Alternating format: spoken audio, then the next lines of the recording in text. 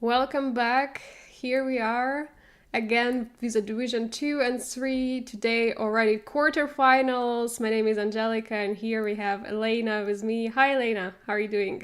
Hi, Angelica, and hello, everyone else. Good to see you guys. We are happy to be here for day two and very excited to, see these games going on today. They were really interesting yesterday, so I reckon they're going to be great today, too. Yeah, for sure. I mean, like yesterday's games were like with some fireworks, so many comebacks. It was really exciting. So, looking forward to some action today. Um, yeah, so probably before we start, first, I'd like to tell everyone that about the concept of this commentary and what you can expect here, right? So, what Mm-hmm. do viewers expect here, Elaynah? Well, the idea behind Angelica and I commentating together really is that Angelica is an expert. She's been playing for a very long time since she was around 4 or 5. And I am somebody who is much more new to chess. I only started about 16 months ago. And so we wanted to be able to commentate and explain things in a way that maybe people who are more beginners could understand as well. So um, that's kind of the whole idea behind us working together. Is there anything else you want to add to that, Angelica? Yeah, exactly. I think it was working pretty well yesterday. Like we Mhm. had I had extremely good time. The flow was really nice together. There has been many questions. There has been so many interactions. Also sometimes with the chat. So yeah, in case you are looking for some, more, high quality commentary in terms of like GMs, then you can of course go to the main channel of chess.com and look for commentary there. They're covering the mainly the first division, but also others as well. So you can do it there. And otherwise, we're here for you to have some fun, to enjoy the games, try to understand what is actually happening on the boards, and yeah, I think Yeah, you're we'll going to try our have a best. great time today. Yeah, we'll try our best to explain everything going on as well in a way that most people can understand. Yeah, absolutely. So the game's just starting. A couple of first moves have been made, so let's maybe jump in there. I think we would start with the top board, the first board of the quarterfinals, the winner brackets we're having in Division 2. And it's, of course, Artemiev against Hikaru. Okay. Okay, so C4. So is this considered the English, right? Because start off with a C4. Yeah, but it also can transpose, to some Mm-hmm. other openings. For example, if black plays something like d5 and then d4 will be to follow, it will be Catalan. Normally develop the bishop here with Kefi and Keto. But yeah, like the game start. Let's see. Okay, actually knight f3, knight f6. Yeah, c4. Normally one c4 is like English opening, but yeah, it's kind of it can transpose anytime there. But I think after g3, uh, oh, actually d5 was played, and now yeah, now actually maybe if d4 will be played, it will be like a pure Catalan. And if not, then it's going to be some kind of, I mean, like, King's Indian defense for, King's Indian defense for, oh, actually, he plays d4. Okay, I wanted to say that if there was like d3 or something like this, it would be like King's Indian defense from the white, so it can King's Indian attack would be, but we have Catalan here.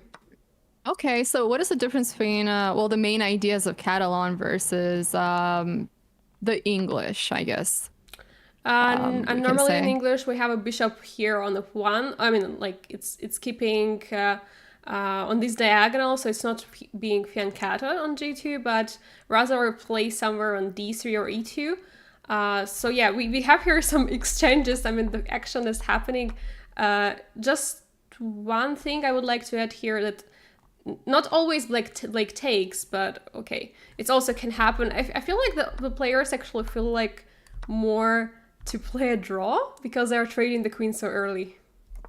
Yeah, I was thinking about that too. I was thinking, what if Hikaru is trying to aim for endgame here? Mm-hmm. Or again, or is it just a draw? But I guess endgame, leads to draws oftentimes too. So is that maybe the idea here with the trade of queens so early? And when queens get traded off the board very early too, is usually the idea to reach endgame and or to draw, or is there some other idea behind it too? Because queens, lead to very tactical games sometimes too, right? Because they're very tricky and they maneuver well. So what's your opinion on that? So basically, whenever there is like some quick endgame, also it can happen like in Queen's Gambit accepted when black takes a pawn, for example. Also, quick exchange of the queens can happen, and then it's actually normally white who can try to say their pawn structure, their position is kind of a little bit more active and better. And here we can also see that black's pawns are not in the best shape, I would say. So we have so many, first of all, we have double pawns. Okay, right now, not isolated anymore, but still weaknesses. But still, there is like an extra pawn for black for now. Actually, I don't know how it happened that okay, bishop took the pawn. Okay, now I understand how the bishop was traded, because I was wondering, why would you trade this bishop from g2? I think that Artemiev is saying that his knights are better and his knight is better than this bishop, so he wanted to keep the knight. Right, yeah, and I was thinking about that too. Usually a bishop and a knight is better than a knight and a knight, right? Mm-hmm. Are there any situations where it's not better?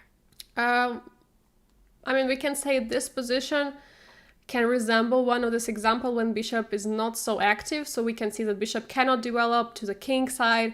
And all these pawns are standing on the light squares. And yeah, that's actually kind of makes it difficult for black to develop this bishop. But I think that maybe something like bishop b7 and c5 could be a move. But I mean, unfortunately, these pawns are too weak and there are always like some jumps with the knight on d7. You have to be really careful about it. I mean, yeah, I prefer for sure for now white. And yeah, he is capturing the pawn it was missing. Okay, yeah.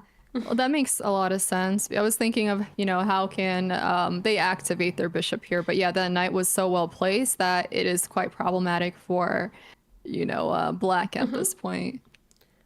I think, one advantage is, of course, that white takes back that pawn that actually white was missing. But disadvantage is that actually bishop can come out here on the, basically this long diagonal and maybe sometimes create some damage or like be active. I would be a little bit scared. Yeah, and I was also thinking, white wins that pawn, but wasn't that an imbalance for, black at that point, those double pawns, right? And as you were mentioning with the bishop just earlier as well, that's also another one. But can you argue that maybe it would not be the best to take this pawn here yet and just attack those static weaknesses later on? Yeah, I mean, of course, like it's a very tough decision to make if you would like continue playing with being down a pawn, or you would like to grab that pawn. And of course, we cannot really say that there was like some very bad decision here, but of course it's obviously an idea to keep that pawn on the board and saying, okay, my friends, your bishop is not so good, it cannot really develop, so I would keep these pawns for now because they are for now weak. And, it's not so easy to protect both pawns. I don't think that it was forced to take the pawn immediately. I think that, I would play in this position something else. I mean, I maybe would even consider to play something like e4 or a4 to stop b5, for example. Bringing the rook to the center is always a good move because knight is attacking two pawns and basically white has time to play something else than just grabbing a pawn. Okay, Artemiev decides to grab that pawn. He actually thought for 1 minute, so I guess he knows what he's doing.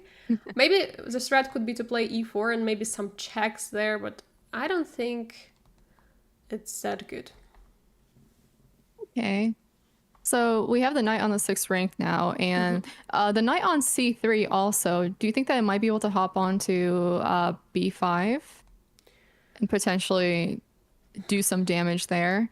I was recently also studying knights on different ranks.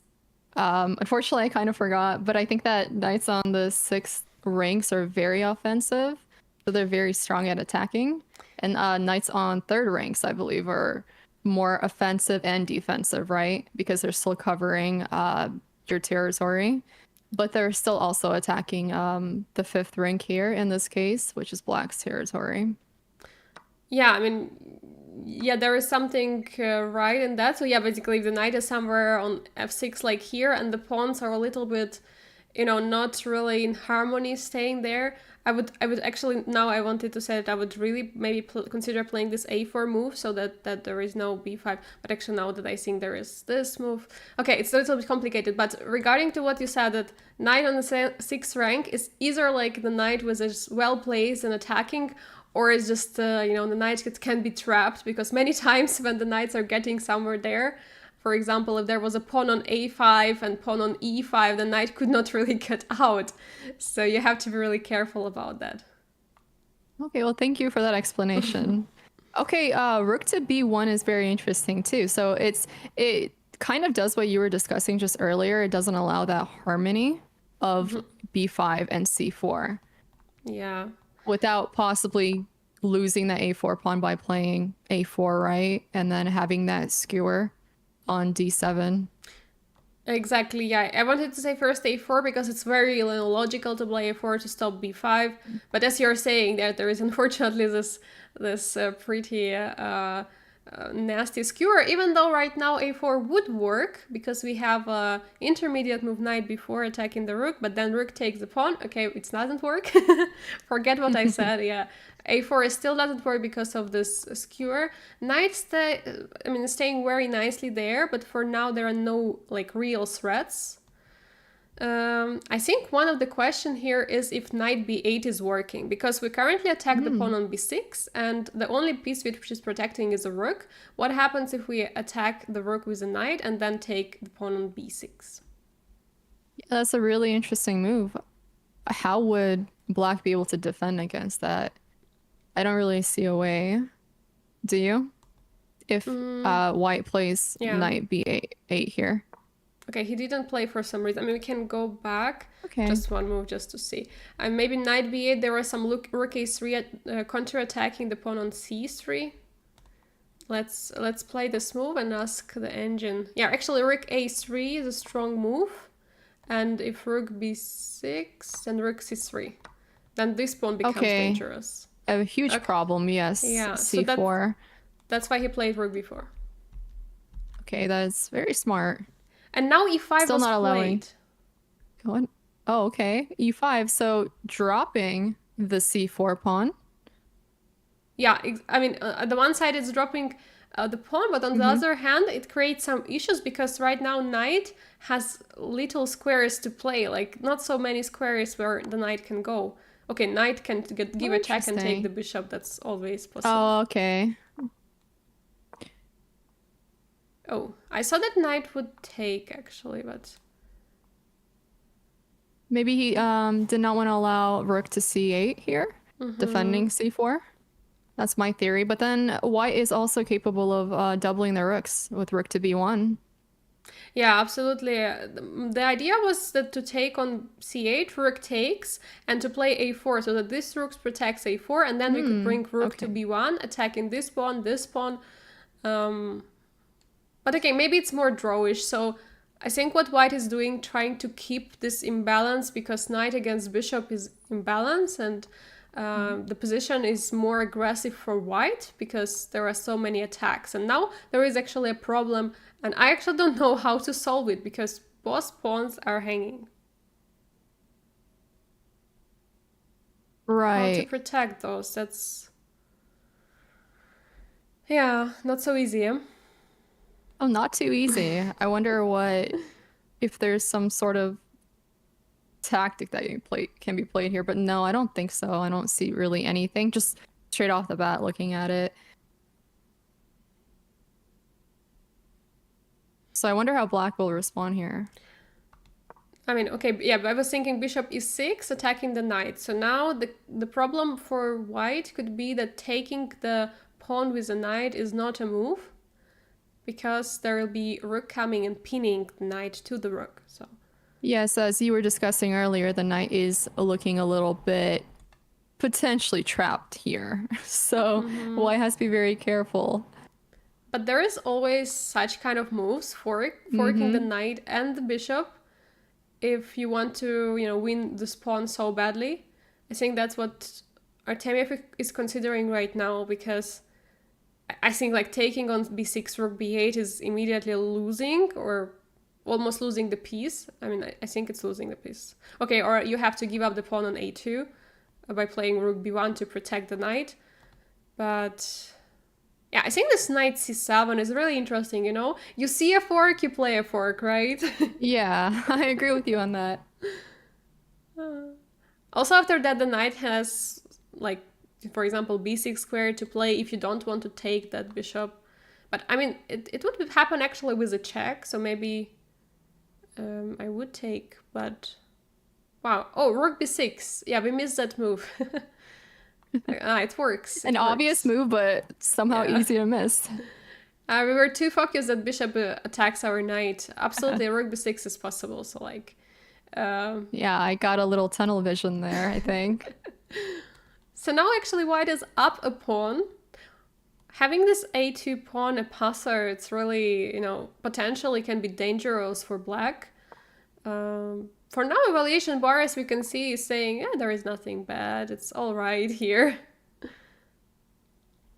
Okay, this pawn is now protected by the knight, so I guess rook c1 will protect the pawn on c3, yeah.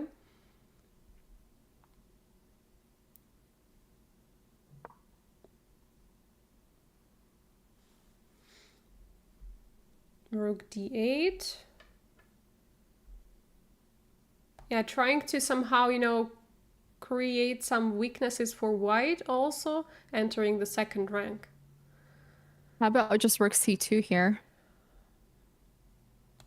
Very nice, yeah. Nice idea to basically cover whole second rank. The one problem which I might see with it is a bishop f5 attacking the rook. And then I see. Yeah, then you're is a force to go back. Yeah. I wish, you know, the pawn would stand on e4, then we could play it. Exactly. So that wouldn't work. So rook c2, not an option here.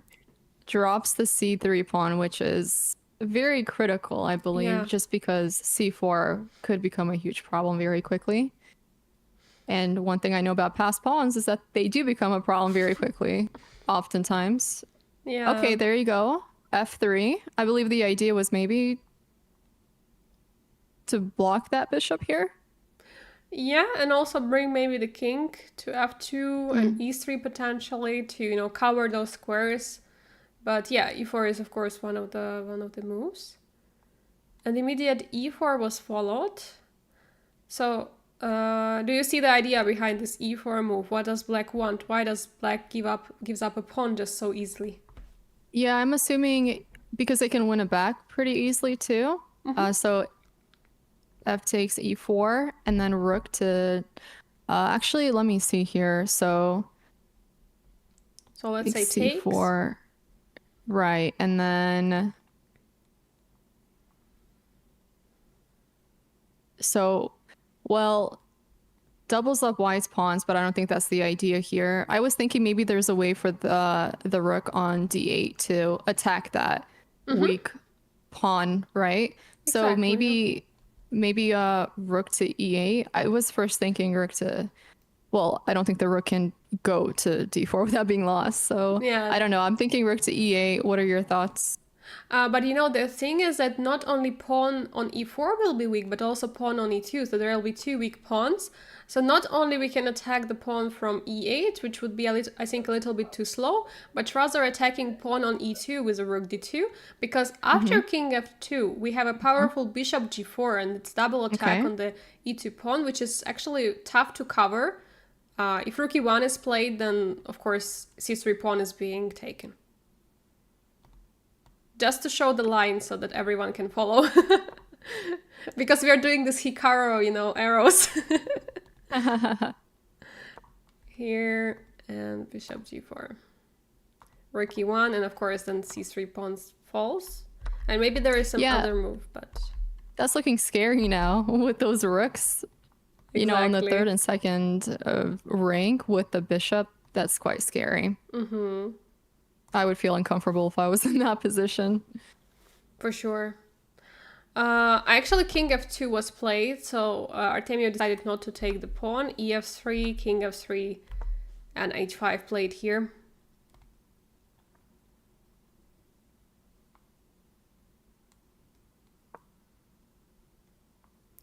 You see your And move, rook rook c2. c2. It does. It's just all about the timing, right?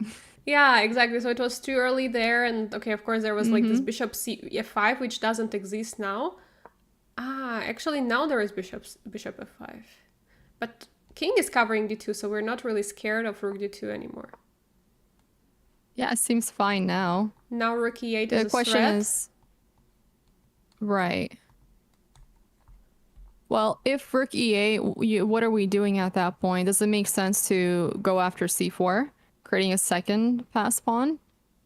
Because I don't exactly. Oh, actually, Well, so what is Vladislav's last name? How do you pronounce it? Artemiev. Artemia? How do you say it? Artemiev. Artemia. Yeah, Artemia. exactly. Yeah, they're running out of time, so Yeah, it they makes sense agreed to on a draw draw. two here. I just see that there was a threefold repetition, so rook c2, bishop g4, and basically this was a threefold repetition. I think, of course, Vladislav could have played for more, maybe slightly earlier. There was still something there because, you know, being up a pawn, you could still try for something. But yeah, I mean, it's chess, and you know, two weaknesses also here on the queen side didn't allow him. I feel like this rook was a little bit, you know, even though it was so active, it was a little bit misplaced there on b6. But yeah. We have a first draw, and actually very interesting information. I would jump to division 3, and the first game of that of the division 3, it's Grishuk against Jaime Santos. We're having pretty interesting result here because this is the end position.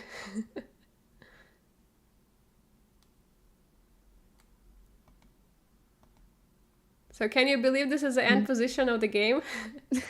I'm seeing a board that is Yeah. no moves have exactly. been made. Wait, what? Very confused. I mean, what happened is that we received an information that actually currently there are two players who are missing in the Division 3. It's Jaime Santos and Nikita Meshkovs.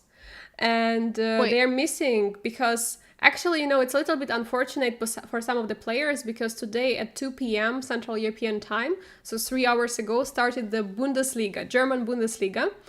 And some players are playing OTB classical tournament, the German Bundesliga, and that's what happened to the players. So, what is the German Bundesliga? Bundesliga? I've never heard of that word before. It's like a first, Bundesliga. The top league, you know, and oh, so it's a chess thing. Exactly. So it's like a classical tournament with a team. So it's top league in Germany, so the best one, and they're like, you know, 8 players per each team, and they're facing in this team battle. And it's like happening on the weekend normally, and on Saturday it's at 2 p.m. Central European time. On Sunday it's at 10 a.m. So tomorrow players would be there, you know, for the match, but today there was match at 2 p.m. Of course, they cannot finish the game so fast for 3 hours. I guess they were hoping for a quick draw, but yeah. Didn't work out that way. Yeah, actually very interesting. So basically forfeit rules are following: 10 minutes for each game from the time that all games started in the breakout room. So basically Grishuk got a victory without even playing a single move, and yeah, I'm still confused by that. Why? Because his opponent didn't come. So his opponent didn't come, so he got a victory. They waited for 10 his minutes. Opponent. Yeah. Oh, okay. So he, I thought he didn't come too. No. So basically, Grishuk came, Okay. but Jaime Santos and Nikita Meshkovs, it's another game. I'm just trying to find it.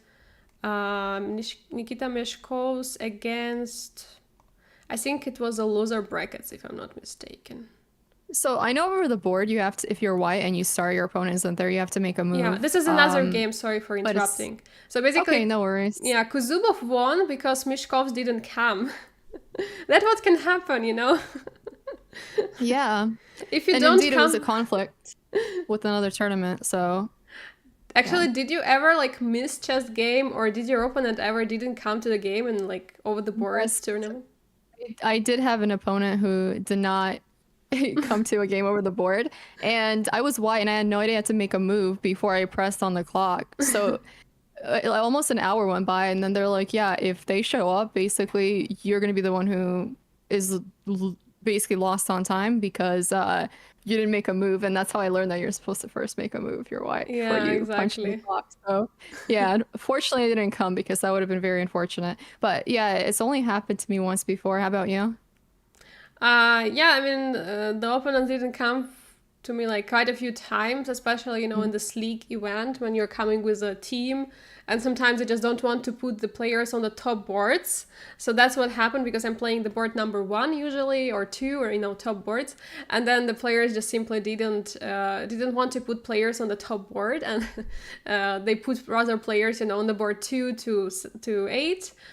Because they were missing one of the players, and that's how like they put some random name on my board, and opponent didn't come. So I just it was really upsetting, when you're just traveling for like 2.5 hours in the morning. Like you have to wake up at 7 a.m. You have to go to the game, and the game starts And they at don't 10. show up. And they don't show up, and like you're like, why Yeah. did I go? I absolutely understand that. Yeah, for this specific game, it was my last game for the tournament, and I was streaming these games, so it was very unfortunate they did not show up Yeah, because I did exactly. also have to take a whole road trip, and as you may know, tournaments can be very expensive. Yeah, for sure they are. And like when you're Oh just yeah. not getting a game, it's pretty sad. Okay, you're getting a point, but you don't get, this rating points. Okay, so that's just an interesting input from our arbiters about this, about some opponents who just didn't show up. Very interesting, I think. I think we could go back to Division 2 actually and maybe check some other games. Okay, so the result on this board, okay, we have a draw already as the first game. Ronan played won against Sam Savian in the first game. Jeffrey Song played a draw against Keimer. And, we have another draw. Benjamin Bock against Samuel Tersakyan. I would say we go to some maybe other game than Artamia against Hikaru, because I just looked at this position and it doesn't look so, so crazy or anything like this. So I would say we go to maybe the second match. We have here US matchup, one of the top players in the world, Ronan, who was also a candidate. I believe 2018 he was playing the candidate tournament. One of the top players in the world, obviously. And Sam Savian is also a very, very good player. Like you can see his rating. He's also having very high rating and playing really well also in many events. So, yeah. Great. Game looks interesting so far. Yeah, so let us maybe quickly go back to the opening just to see what is happening there. Okay, we have just Queen's Gambit. Okay, interesting. With e3, normally you would like to develop the bishop out, but okay, here Orion decided, okay, not to develop, so... What do you think is the reason they decided not to develop? Because they had the opportunity to develop their bishop. Yeah. And when a player doesn't do that, are they possibly trying to fiend Keto, or is there another plan? Yeah, exactly. So sometimes opponent would like to Fankato the bishop to go there, or they're waiting for some pawn breaks from black, such as c5 or e5. Of course, later in the game, now it's okay. Now c5 is possible, but e5 not possible. And then once the pawn are traded, then the bishop can come out. And in this way, white doesn't spend this valuable time on this move, but rather focuses on developing the king side in order to castle. So that's one of the ideas. So basically, he wants to play as fast as possible bishop d3. Okay, this is actually a very famous idea to win a tempo. Yes. Because the bishop comes I out. also am aware of that. That's why when I play the Queen's Gambit, I don't like bringing my bishop out for that reason, because they gain that tempo, right? But then it also hurts your development, and it's not the best thing. So, what are your opinions on that? What do you think you should do in that case, right? So, bishop to d3, knowing your opponent will probably take. But can you say that this is advantageous for both, though? Because black is giving up a center pawn for a flank pawn? Yeah, I mean, there is a compensation for sure that white is keeping, these 2 pawns in the center, and black indeed gives up the central pawn for a c pawn.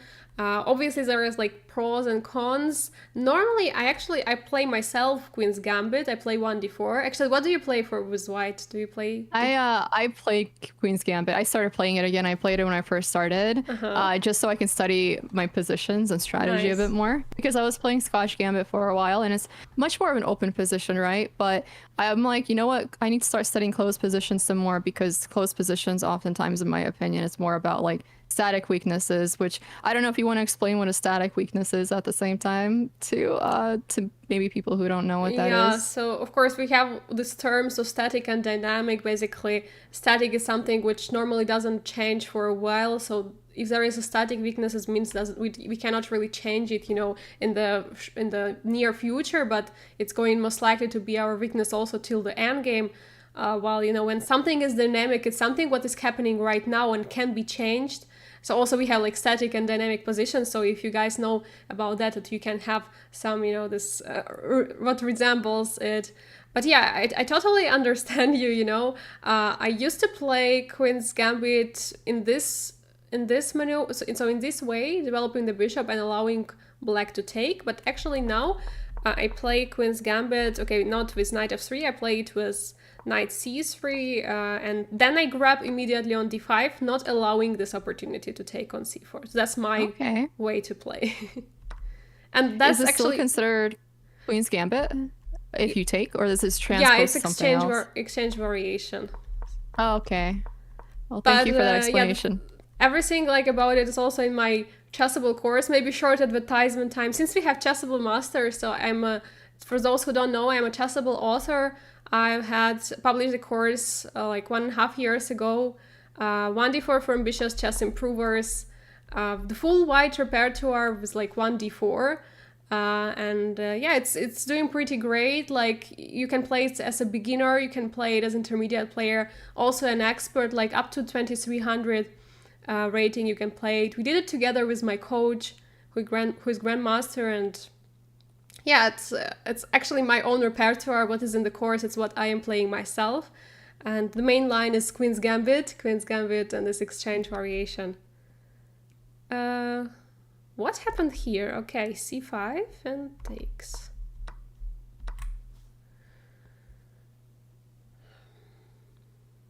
I was just wondering if there is some e5 idea. Attacking the knight. So e5 idea, and then maybe if that c pawn takes the d pawn, takes. I mean, be disadvantage. I can't speak right now. Wouldn't be the best for black, right? Yeah. No, I mean, like, okay, I think it's also fine what he's playing. I just was trying to find a way how to keep those pawns at the center, but I think there is not much to say. Yeah, I think maybe it's fine, because anyway you have to take at some moment on c5, so he takes it immediately. And then very interesting move. So here knight c6, oops, sorry, accidentally. Knight c6 was played, not grabbing a pawn, but knight c6. What do you think about that? So knight c6. Would you take the pawn here on c5? I think like 9 out of 10 would take a pawn. Well, this is interesting, because the only reason I would think why you would not take that pawn is if you're confident that you can win it back, or if there's some sort of compensation. Now, I'm thinking, what if white plays b4? Is that bad in this specific situation? Mm-hmm. Because if, black plays knight c6 here, there's got to be some sort of reason, right? Mm-hmm. That they're playing that. Again, some sort of compensation, or because they're confident that they can win the pawn back. Not exactly sure which one it is just yet, though. Yeah, normally... I'm assuming... Yeah. Okay, yeah. You said like absolutely right. So yeah, it's like a confidence that you will win pawn in the next moves? Yeah, because b4 is impossible, right? Absolutely, very nicely spotted. Knight knight on c6 is covering b4 square, so b4 is not really possible. And well, bishop can take c5 at any moment. And actually, very nicely that after bishop is3, which is trying to protect c5, Sam played knight g4, attacking the bishop. So it's actually very interesting. Bishop f4, and now he takes on c5. Yeah, that's always a concern with bishop to e3 if you have not played h3.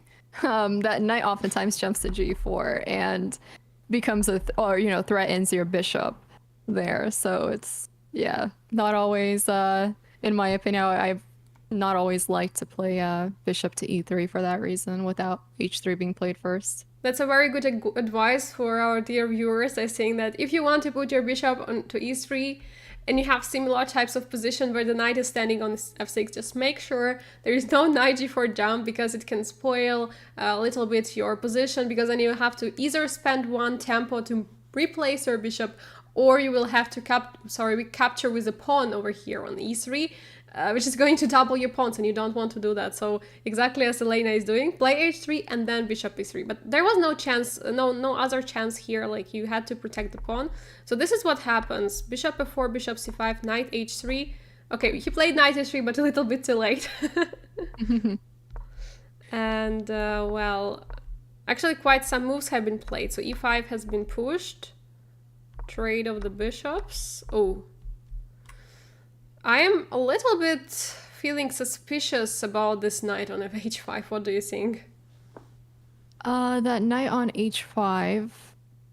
So I'm trying to understand what the plan might be here. I mean, to me, it just seems like that knight could be trapped here. So if you say suspicious, like it's suspicious for black, I would agree, because I wouldn't like the move g4 being played here. It's just traps your or traps the knight. Yeah, I mean the point is that like knight on h5 looks a little bit sus, as we already said. It's like it's about to be like trapped there. Okay, so many not exclamation marks, but question marks. Some mistakes maybe. I was just wondering if there was any way to play like g4.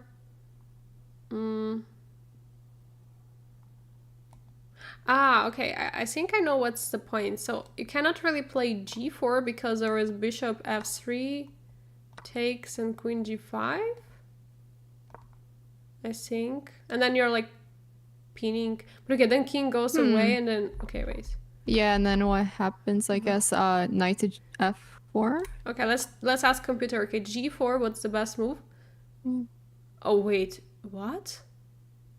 Okay, actually bishop f3 is the best move, and then... Wow, f5. I was not expecting that. f5? Wait, so what happens after this? Well, yeah. Oh my god, our rook! Our rook! What happens? Oh, our rook gets lost. Oh boy, okay. That's not easy to see. The rook is located so nice. unfortunate on c1. Oh no. Yeah. That's why it was not possible. And that's why knight e4. You know, to cover g5.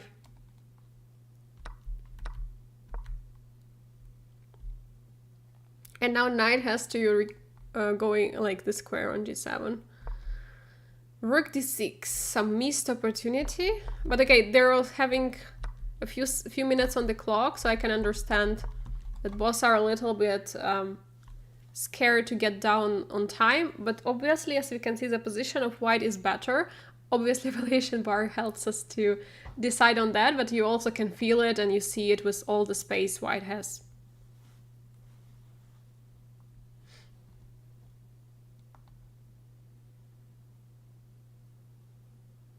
So what would you play in this position for white?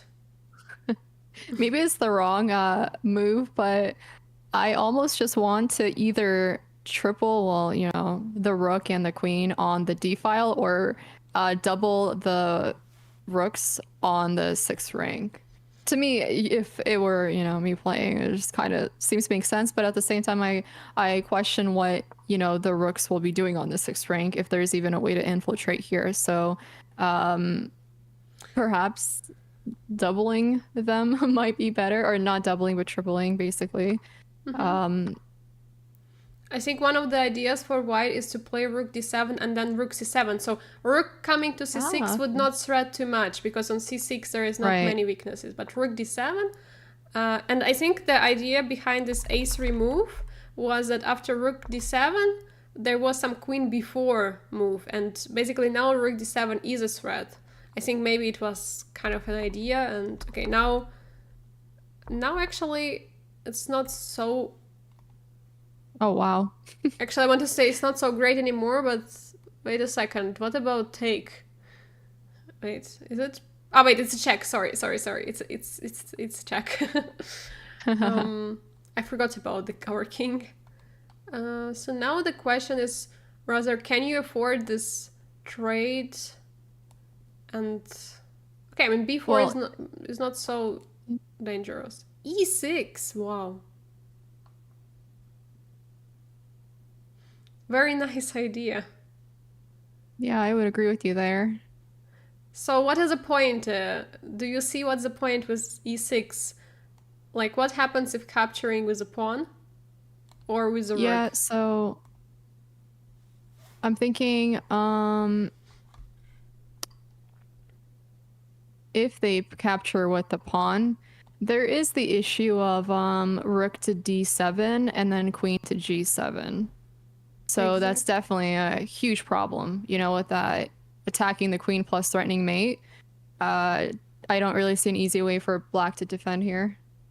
Yeah, exactly. That's kind of a point of this if pawn takes, and if rook takes, obviously the rook is hanging there on c8. So right, and that's why currently we can see 10 seconds on the clock for Savan, who doesn't really know what to play, and he actually decides to play rook a8, allowing capture it on the f7. Well, is there not a possibility of rook to d7 here as well, threatening that queen and then taking on f7? So first bringing the queen to f6, or? No, bringing the rook to d7. Ah, yeah. But I guess the problem is that there is a check on a1. But what happens after that? I don't see any other checks. Yeah, actually, that's a big question. What happens after the check? If it's good or not good? You know, because the queens are going to be traded, and the rook endgames are pretty tricky, especially with, you know, two rooks. So if, for example, you have only one rook per each side, normally these positions are easier, you know, for the side with an attack or extra pawn. But if you're actually having, you know, two rooks, it's easier for the opponent who is like having less material to create some counterattack. So that's why, you know, if you have a better position and like you up material, you prefer like winning with a one rook. Of course, there are also lines where you can win also with both rooks, but it's just general tendency, you know, that when you have two rooks, you have always ideas to counterattack. Basically, one of the most simple ideas. Oh, rook d7 actually came here, and rook e4. But wait a second, you can just move the queen, right? You just move it somewhere. I just don't know where. But I mean, I'm wondering that too. If there's somewhere literally anywhere, attacking the pawn on b5 or, and queen d6 seems like a good move. Okay, you cannot keep it on this diagonal, unfortunately, but it does seem like a forward move, quite literally. Yeah. So it could be, you know, helpful in continuing the attack, just getting the queen out of the danger first. Absolutely, exactly. So yeah, I mean, there's someone suggesting is like some move like rook to d8, but I don't think that's something what you want. Oh, actually now you can take the pawn on b5. Yeah, and that's what he's doing, and protect the rook. Well, yeah, it great. Looks. And also, Savan, is that how you say? Yeah. Pronounce it? It's very low on time here, so it's quite difficult to play. This position is already very difficult, and being low on time does not go well with that. Yeah, this looks like over. There are like just checks, and Yeah, now you can take here, and it's a checkmate threat.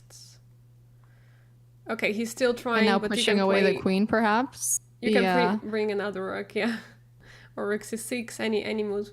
Yeah, and he resigns. We have here, as a result, basically 2 wins for Elaynah Ronan against Savan. And on the first board, Hikaru played 2 draws against Artamia. Meanwhile, Benjamin Bok played 1 draw against Sahakyan. We have as well result on Khmer Xong. Actually, Khmer won 1 game, so now 1.5 to half. So still 2 more games to go in the winner bracket of quarterfinals of the 2nd division. And we got actually information that Amitabh Tabay beats Kirill Alexeyenko with 2-0 in the basically loser section of Division 3. That's what that means that, okay, Amitabh Tabay is staying and Kirill Alexeyenko is being eliminated. But I think we would rather go to the maybe loser brackets now and see if something interesting is there.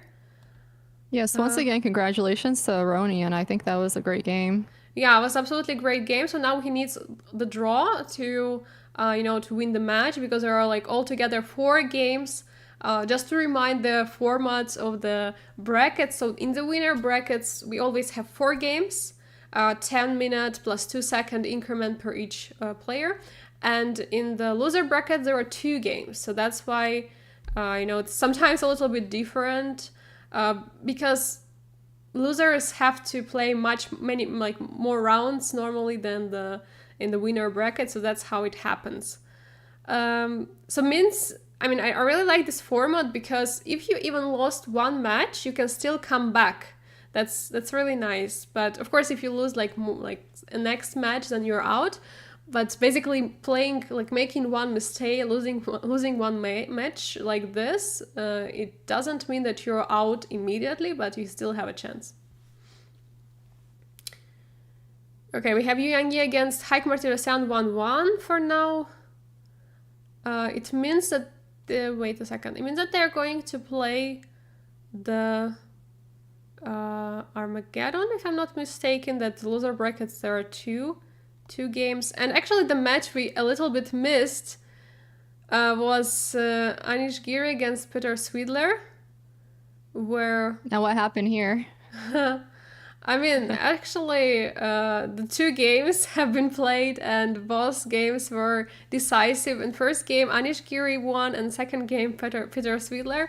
So it's like 1-1 right now. Maybe we could follow the next game, which you're going to see here.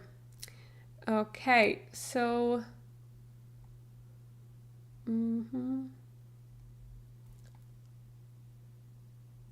Here we have Shimanov against Mamedov, 1.5. Mamedov is winning this match. And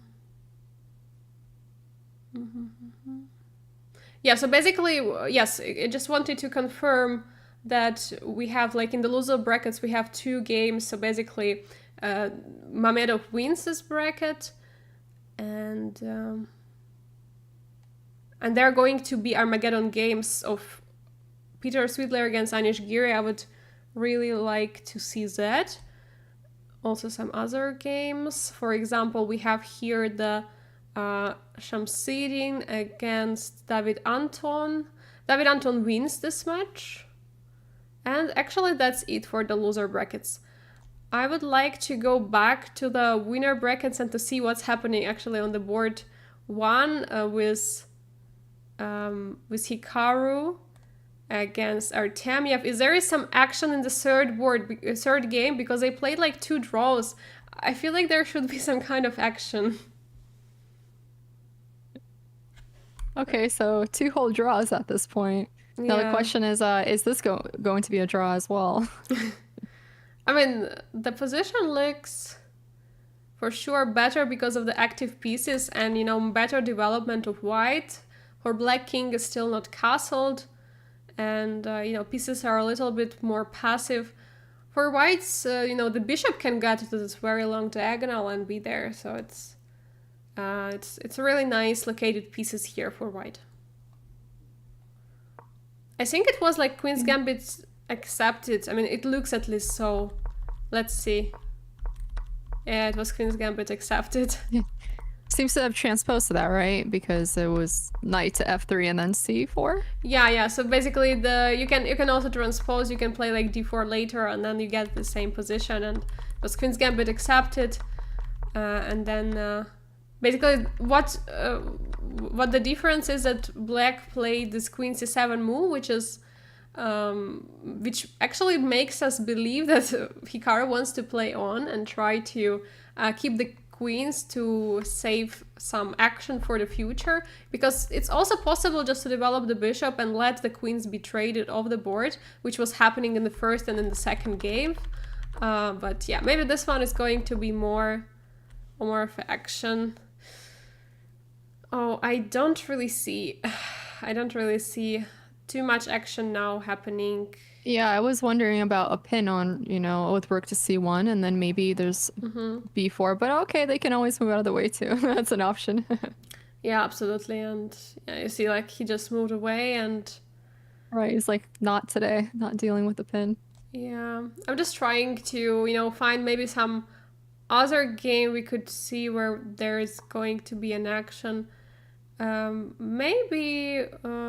I don't know, Vincent Cameron against Jeffrey Song is, I think it's around even position, probably better for white because of the active bishops here, but it's a little bit, it's not the fireworks I'm looking for. Right.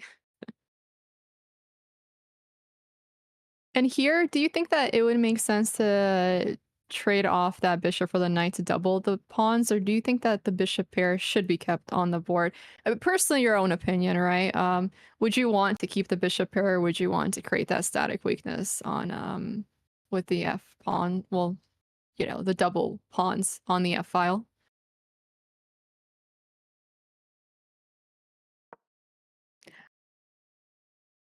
Is it just me, or I can't hear you?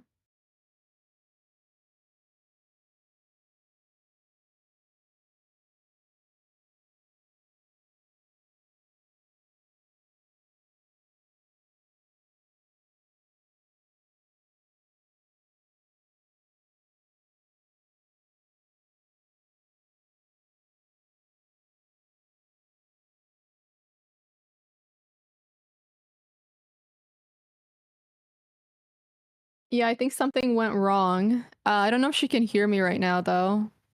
Can you hear me? Because your mic just went off.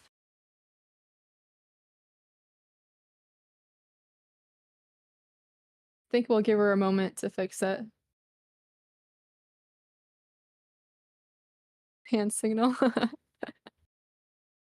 We should have prepped hand signals earlier in case something went wrong.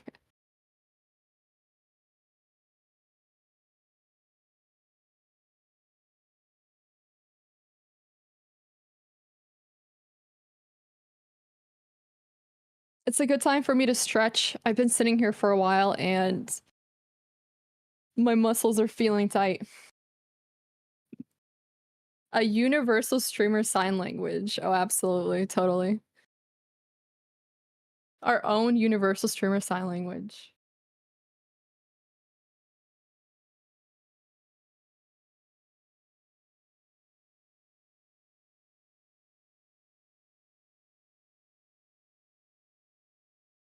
I wonder if something like rook g3 is possible here.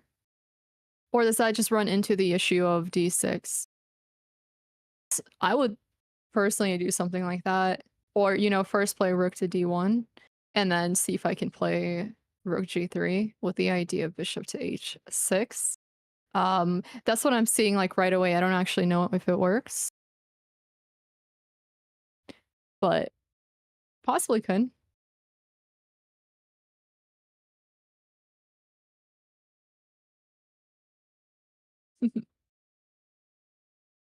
Point at ears, the neck cut gesture.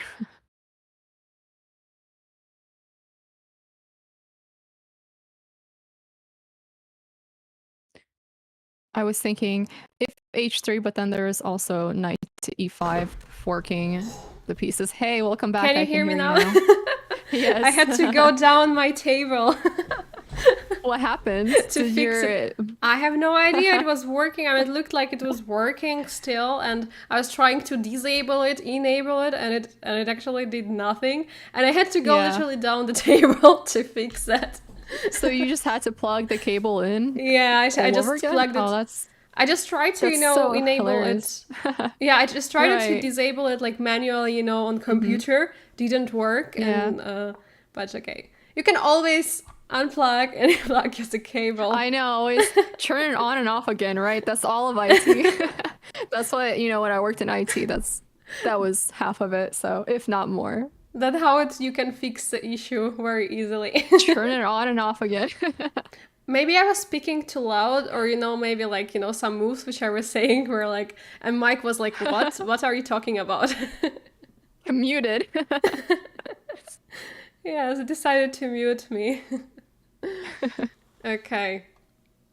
So yeah, we're back. So we're asking about this taking on f6. I guess you could hear some of the inputs I said about it, right? So that's... No, nothing. Oh, no, nothing about that. The moment we started talking about it, yeah.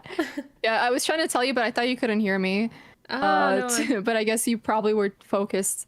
Yeah, I was focused. Yeah. So yeah, basically when you have such an open position, with an open center, you would rather keep the bishops in the position because they're really, really, can be dangerous, and you can create attack with them very easily. But of course, if you, can take, for example, if knight was back there on f6, and you can grab that knight, and you can assure that you will take the pawn and put pressure, for example, on f7 or h6 later, then obviously it's something what you can consider. And if you're ready to sacrifice, your bishop pair, something which is really, really important to some of the players, like you also, for you, it's also very important to have bishop pair, for example, in this position, because it's open position.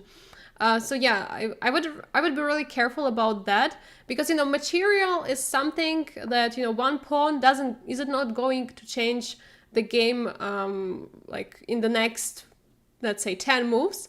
But if you have two bishops and you can create attack as a black, then it could change the result of the game, and basically the initiative which black could build can even like be winning. So it's I would not take for sure. Yeah, I don't think I would too, unless I think I don't know if it makes much of a difference. If I'm assuming it does, if they have two bishops and then you have two bishops, right? Mm-hmm. But like, you know what? Maybe because they have their dark squared bishop. No, I probably wouldn't take. I see a lot of problems with that, but it's an interesting idea if you want to play for that, long-term weakness. Yeah. Okay, so what I would like to say is that in match Artamia against Nakamura, there are already 3 draws, and I think there is going to be the 4th draw, so I would not offer to jump there. This position feels around even though, like, white has better development. I would say anything can happen. Knight coming to e5 now, I guess, attacking to the bishop. So I would say maybe to jump to the game we have not yet checked. Actually, they just started. Oh, the pawns were a little bit partying. Samuel Sahakyan, Armenian grandmaster, against Benjamin Bok, who is also famous for his streaming career, some commentary. So our colleague. So they're playing the Italian. I believe this is a Gioco Finissimo, right? Which translates to a very quiet opening. Yeah, Italian opening is, I mean, of course, like, if we could compare Italian to Spanish, Spanish is something, more aggressive, if we can say, but also Italian can be tricky. So you should not, immediately say, it just depends which line is being played and how white reacts. I'm not an e4 player. I'm not like a master in the e4 openings, but yeah, I know some things about it. So yeah. Okay, so far everything is quiet. Really nothing happens.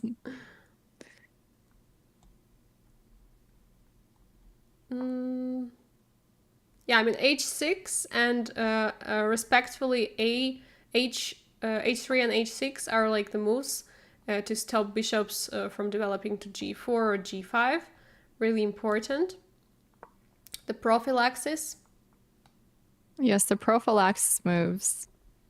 A very Yeah. important move that you have to learn if you don't want to get back rank mated. Or no, very Yeah. important concept. Back rank mates are very common mates overall, just because the king can't escape because of the lack of an escape square, right, on the second rank and the Yeah. seventh rank. And Yeah, so, exactly. do you want to explain what prophylaxis move is? Yeah, so just for some people who are wondering what is prophylaxis, it's basically something what we play in order to not to allow our opponent to play. For example, in this case, h3 was prophylactical move against knight g4, bishop g4, and also it was a prophylactical move because potentially you will have this window for your king later in the game, in the end game. It's very important not to have back rank checkmate, which can happen sometimes. So it's very useful move.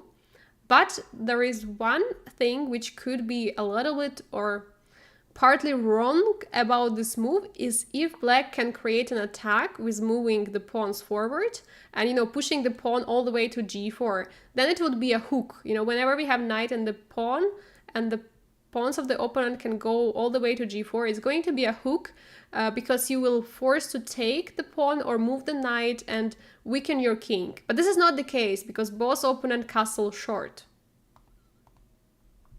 Oh, that's interesting. I have never heard of hook before, but Yeah, that's now good you to know know. that there is also hook. Yeah, now I learned something new. So basically it means like this pawn would like hook the knight and the pawn. That's kind Yes. Interesting. And it's Yeah. something that happens more in opposite side castling, right? Not same side castling. Yeah, so that's why normally black would not really create attack on the side where the king is castled. If there was like long side castling, we could consider that, but for now not. So yeah, so far not much of an action here. I think a lot of this pressure is there, and there is we actually have 0 pieces and pawns traded now. That's what I realized. Yeah. It does happen in this opening sometimes. Yeah. Which, in my opinion, is probably why it is named after, or named what is named. Because it could be very quiet, right? Artamia against Hikaru 4 draws. Congratulations to them. They're going to Armageddon. I think they both wanted to beat against each other. Oh, wow. 4 draws? Yes. That's absolutely insane. Okay, that was good that we came back from that game. Okay, what I wanted actually very quickly to have a sneak peek to that Savan against Levon Ronan. Because, okay, first of all, Ronan is one of the top players here in the winner brackets of the Division 2 quarterfinals. And also the position is kind of interesting here. Because I mean, when we were here, I believe, or we were not here, but I saw that the position was slightly better for white earlier. But now it feels with this, knight on f4 and knight on h4. And it's kind of... Oh yeah, that's a little bit rough. So I mean, it feels like white is forced to take that knight because it's very problematic. Wait, but now then, g4. how about g5? Oh, sorry, Yeah. g5, yeah. What? Wait. Interesting. How do you perhaps queen to g3 here? Or no, queen to g4. Okay, queen to seems g3, yeah, it's possible, yeah. We probably... I mean, what would be the difference between g4 and g3, right? I mean, I guess h5 is possible, but I don't know if So they'd g5, wanna the play problem is that. that queen g4, you just take, and then you take Oh, the knight, right. so you cannot... I forgot the queen's covering that. You're right. So queen to g3. Yeah, but the problem is queen g3, we can take the pawn on e4. Queen was protecting the pawn over here, so that's kind of an issue here. I see. g5, the fork. Of course, like queen g3 is like the only move. Not to loot the knight. Of course, maybe there is something, like maybe some other move to sacrifice a knight.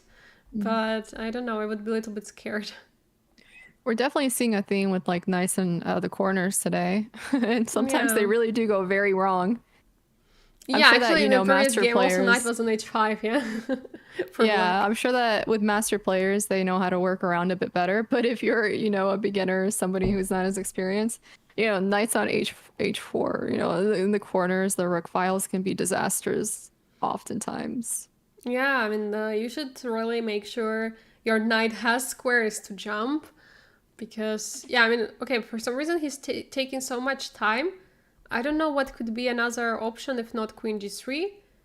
Like, you have to either save your knight or you have to go, okay, for example, what I'm thinking is something like queen c7, like trying to win those pawns for the knight, like trying to somehow.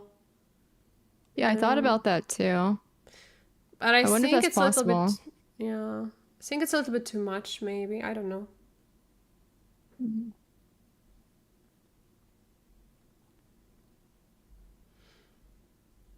You know, Ronan earlier he was representing Armenia, and just for Mhm. people who don't know, and recently, I think a couple of years ago, he like I think 2022 or something, he moved to USA, and now he's representing USA. Before that, he was almost like always like one of the top players. Recently, he's been not playing so much like before because before he was player of the candidates tournament, for example, and yeah, but of course he still plays good chess, and we are really happy to follow that. And he actually Savan went for the Went sacrificing for of the it. knight. Yeah, and Oh the engine no, did not like that. I would not sacrifice a horsey. I'm assuming it's because, you know, black can also take on e4, and then Mm-hmm. there's a whole set of threats there too. Mm-hmm. Um, so it's not good enough compensation. Yeah, that's for sure not good enough. But of course, the most important now for black not to allow white's pawn to be pushing like too far, because then of course it's going to be maybe some compensation.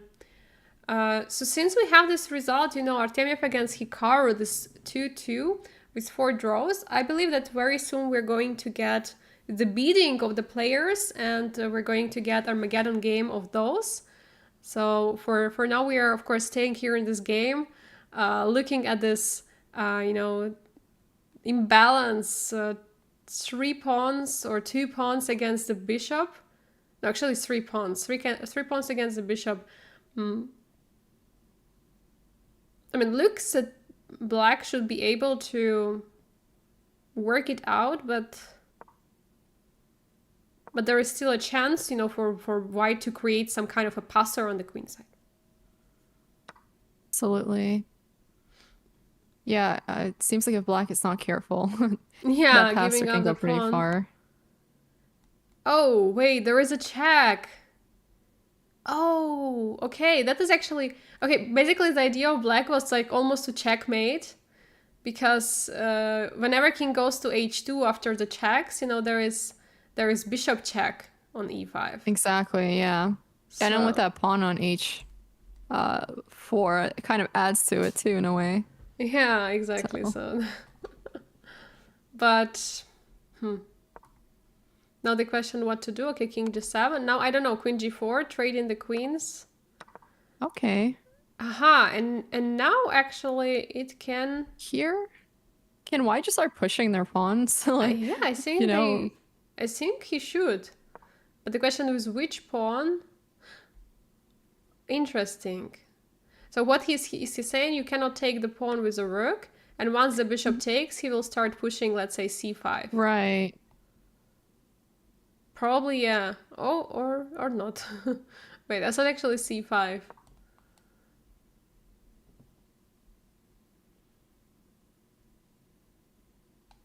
Okay, still you can push b4, c5. Okay, c5. If rook takes, I mean, rook is still in time to go there, but there is also another pawn. Aha, he's going for this pawn. I don't know, you should be careful here, because actually rook c4 is a very nice move, so now rook cannot That really take is. here. Yeah, I like that move.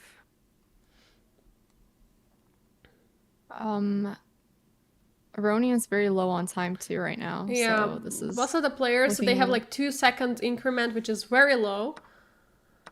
Oh, what? Wow. Wait, but this Turn of events pawn's... there. Okay, I wanted to say that maybe white can play for a win here, but probably not. Okay, I would play like a5, b4, or b4, a5. Yeah, trying.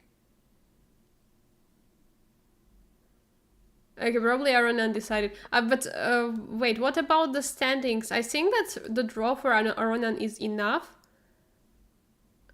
Okay. Would rook to Okay. c4 have worked well there before the king move? Sorry, what do you mean? Which move? Rook to c4 before their king takes on g4. It seems like Protecting the pawn, move. yes.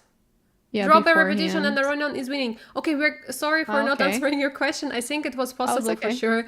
We're jumping very quickly to Hikaru Nakamura against Vladislav Artamiev. They just began their Armageddon game. And actually, Hikaru beat here 7 minutes and 41 seconds. And Vladislav Artamiev beat 7 minutes and 15 seconds. So that's why he get the chance to choose the color. Probably I should explain one more time for everyone what is Armageddon. Basically, it's very simple. We cannot usually there is decisive results. Like we just seen, Levon Aronian beat Sam Savian 2.5 to 1/2, but in this match it was very interesting because 4 games were drawn and players decided to decide the outcome in the Armageddon game. What does it mean is basically the players are bidding the amount of time they're ready to play with. You can bid any time, but under 10 minutes, because the 10 minutes is like what your opponent would get. If you win, then your opponent gets 10 minutes. So that's why normally people take around 8 minutes of time, sometimes 7, as in this case. So 7 minutes and 41 seconds was beat by Hikaru. Vlad beat 7 minutes and 15 seconds. And whoever gets the lower time, he's getting the opportunity to choose which color he wants to play. Normally, you're choosing black, because in Armageddon game, black, if draws, then the black is the one who is winning the match. So there is this draw odds for the black, but there has been accidents when the players actually beat the lower time, but they really wanted to play white. Why did it happen? It's because sometimes the match has been 2-2, but all the games were decisive, and basically they knew they had to win, and it doesn't matter, and better to have white color to start to play the first move and to have more chances for a victory. So that's basically about Armageddon. So what do we have here in the position? Some interesting c5 move using the spin.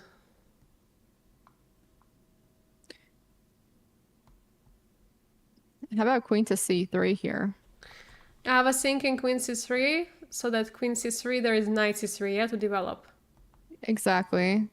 It doesn't make sense to take black's queen here because of development, right? Knight to f6. Mm-hmm. Yeah, queen c3 looks pretty nice. Also probably... I don't know if you can develop the knight after that, though. Okay, queen f6 is also a move, we can say, because after knight f6 we can play knight c3, but the idea after behind the queen c3 is very nice. What probably we don't want to do, but I'm not so sure. Hikaru has a lot of time. He has almost 8 minutes, while Artemiev has 5 minutes.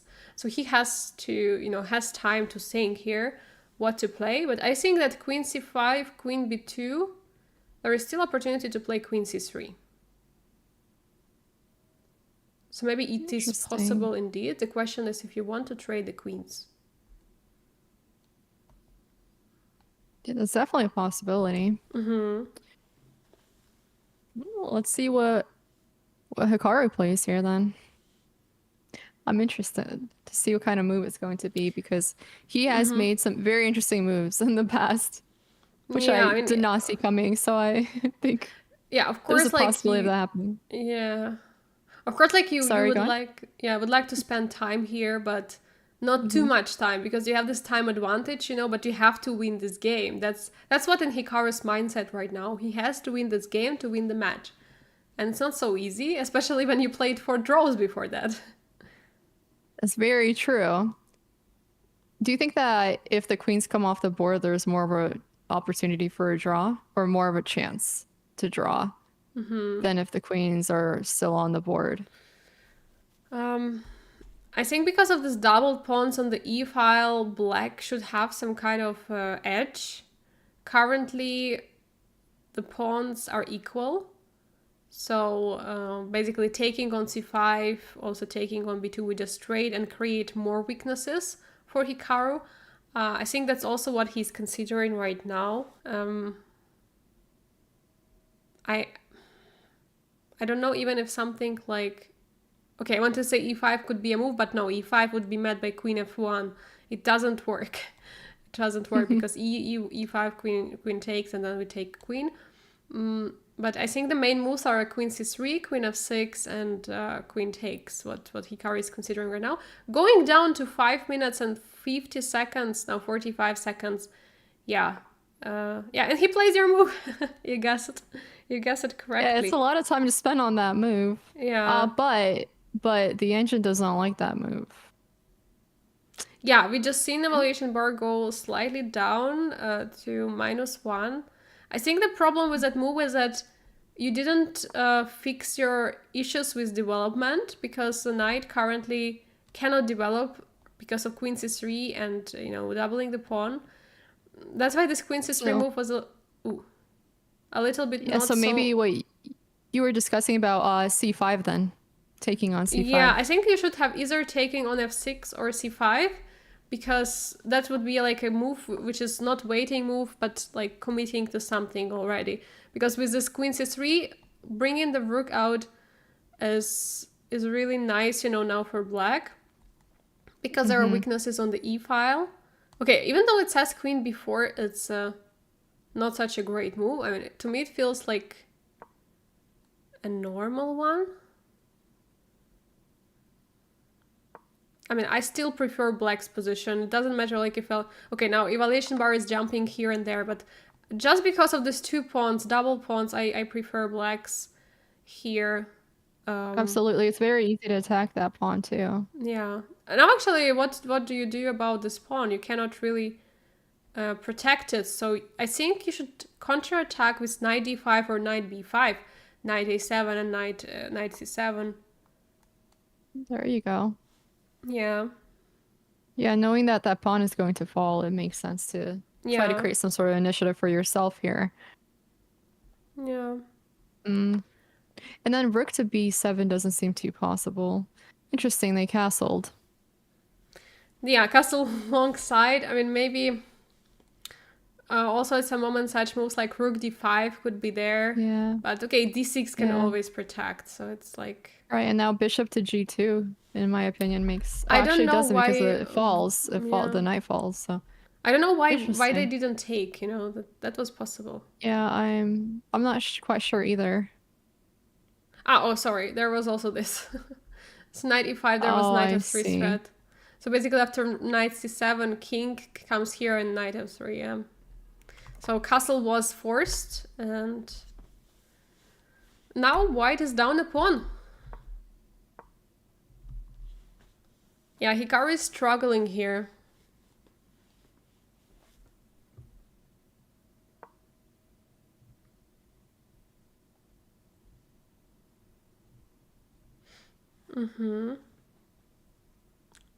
Rook b8 back, apparently some kind of mistakes, but to me it's logical move because it's protecting the pawn which was attacked. Oh. Yeah, I think rook b8 makes a lot of sense. Yeah, especially being up a pawn for black. Hmm. I don't think there is much of a risk for black to, lose this game. Okay, what? Oh my god, it was a blunder. What just what just happened? It was a fork blunder, knight of 3. Oh my god. Knight f3? Oh, yeah, this That here. happened so fast I missed it. Yeah, basically here after rook g4, he missed that. Oh my god. Oh no, that's so unfortunate. Not looking very good for Hikaru right now. Yeah. This is really, yeah, unfortunate.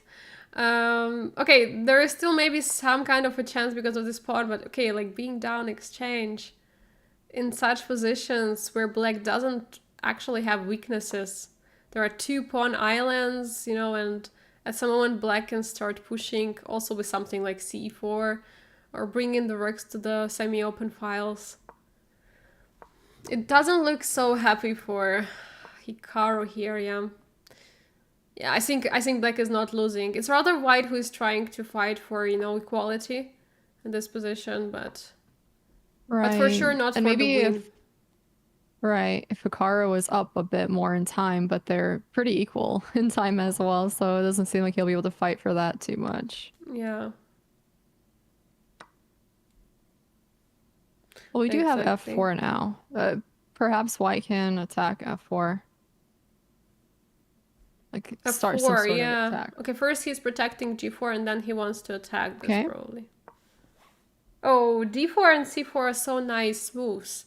So now basically if you take with a pawn, you have this doubled pawn and a4 is weak, and if you take with a bishop, you trade the pieces. Oh yeah, this is so beautiful. Beautifully played from black, yeah.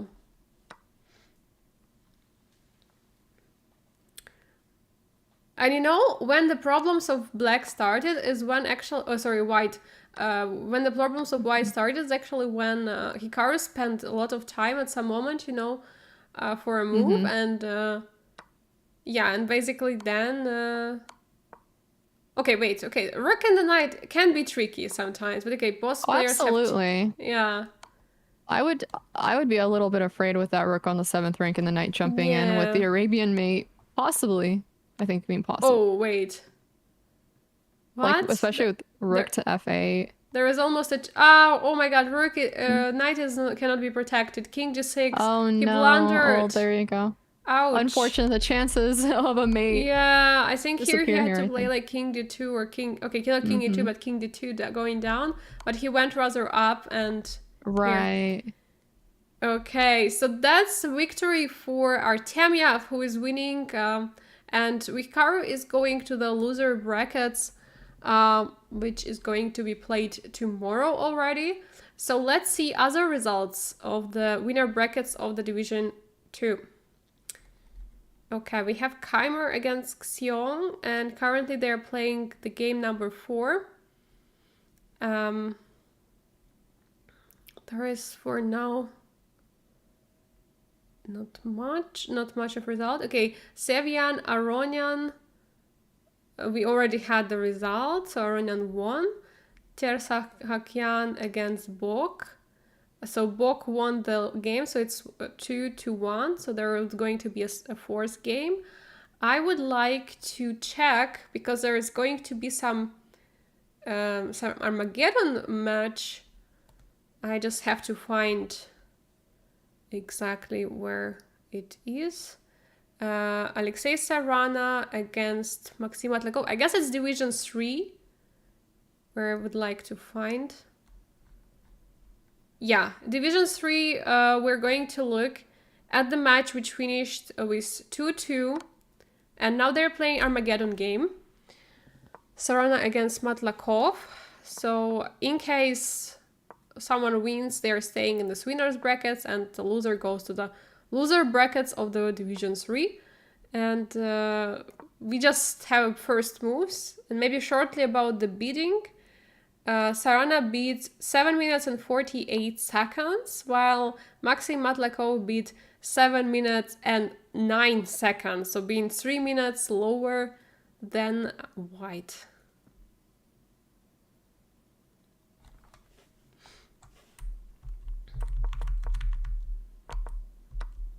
Wow, okay, it's interesting, this This bishop g5, it's unusual move. Like, normally you develop the knight, but of course bishop g5 is possible, but it's not something you meet every day. And after, the whole point is that you don't develop the knight so early to c3, but after bishop b4 you have opportunity to bring the knight to d2, not to create, this doubled pawns on c3. Okay. Would you say the double pawns, right, on c3 are usually, I guess, a weakness? It's so I can show you, for example, this knight c3, bishop g4, bishop b4, let's say e3 is being played, castle a3, bishop takes, pawn takes. In some way, indeed, this is a weakness, and one of the what black could try to play is playing potential, like in some positions, not necessarily immediately b6, but it can also be played immediately. b6, bishop a6, knight c6, and knight a5, attacking the pawn on c4. But of course, meanwhile, white will have to play bishop d3, queen e2, protecting that pawn. But white has two bishops, so that's kind of an advantage. And also after playing e4, there's going to be a huge center. So not always like this taking on c3, this could be a weakness. Like it depends how you can use it, in your games. Right. Of course, it's that's what I was thinking too. Yeah, it's all like theory, but it just depends, if you're good with those doubled pawns. This is interesting that black gives up the bishop for that knight on d2. Very quickly too. Yeah. I thought maybe they could hold off for a while on the trade.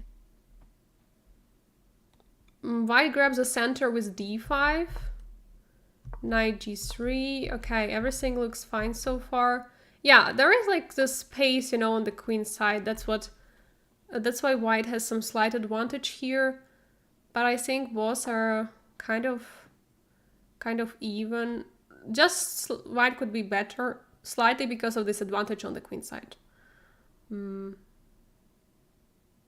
What do you think black could play here for, like, what black's ideas could be? What do you think? Well, I know that what you were mentioning with the queen side, white was able to take up space there and push up their pawns. With black, though, I'm wondering if they can try to break apart the pawn structure in the queen side. I don't know if something like c6 would be that bad. c6 could be a potential break of this pawn structure. That's right. a5. Okay, I wanted to mention that a5 also sometimes a move. In this way, you sacrifice the pawn, but this is going to be a double pawn. At some moment, you're going to take it anyway. So that's how black could also play. Also, c6 is possible now, because now it's even stronger. There is no more pawn on b4. So your idea kind of can be added with this a5 variation.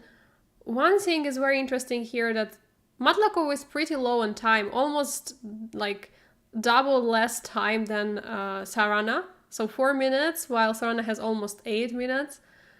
Really, like, a lot of pressure here going on. And absolutely. And I would assume it would really affect the moves that black would make here too, being so low on time. You always have that psychological part of chess too.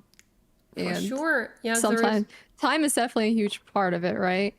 Like when you're under time pressure, you don't always play the best moves, or you don't,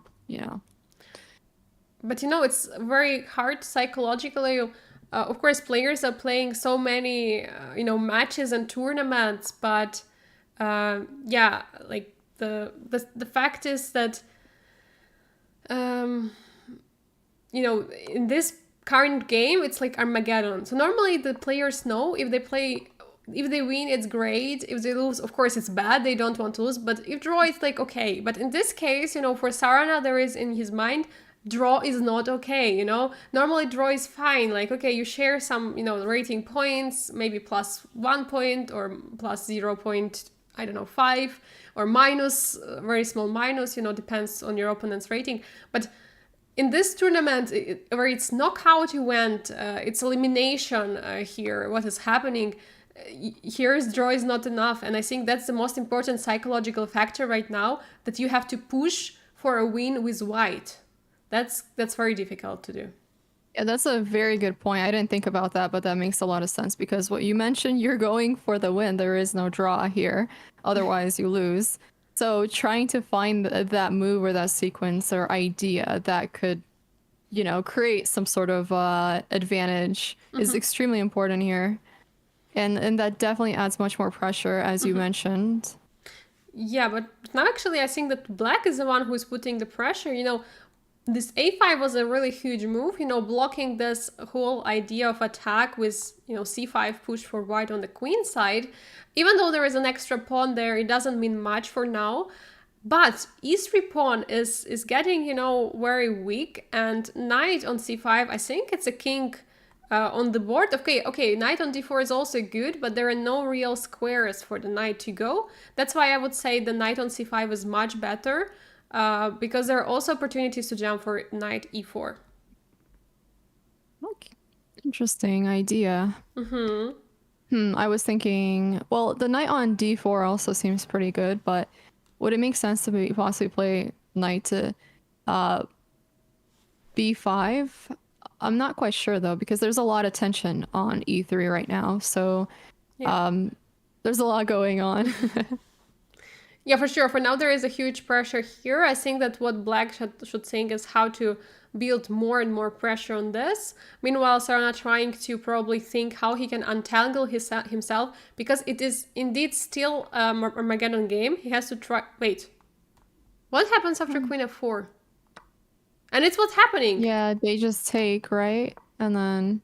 Okay, what do you know about two rooks against queen? Is it good or is it bad?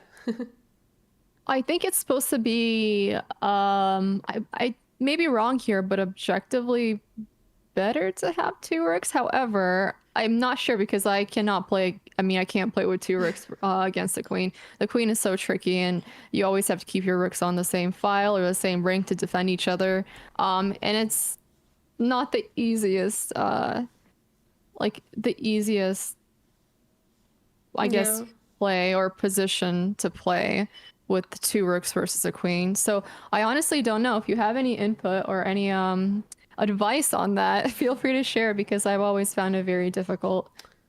For sure, whenever we hear the word imbalances, I think it's already difficult. It doesn't matter if you have rook against bishop and the knight, or if you have the two rooks against queen, or rook and the piece, bishop or something against queen. It's very difficult, and whenever you're playing, it's somehow difficult, for both sides. When you're playing with a queen against two rooks, you kind of have, this problem that there are two pieces and I have only one.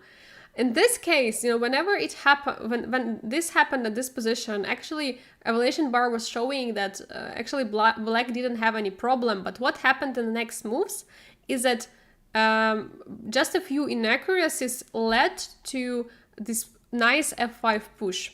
So when you have two rooks against the rook, objectively, as Elaynah said, it's really correct. So objectively, it's much better to have two rooks against the queen. But if you have problems with the king, if your king is open, or if there is possible attack, like right now queen h6 can come there, then the queen is a stronger piece, especially with the knight. Like if queen comes and the knight comes, it's looking very, very dangerous.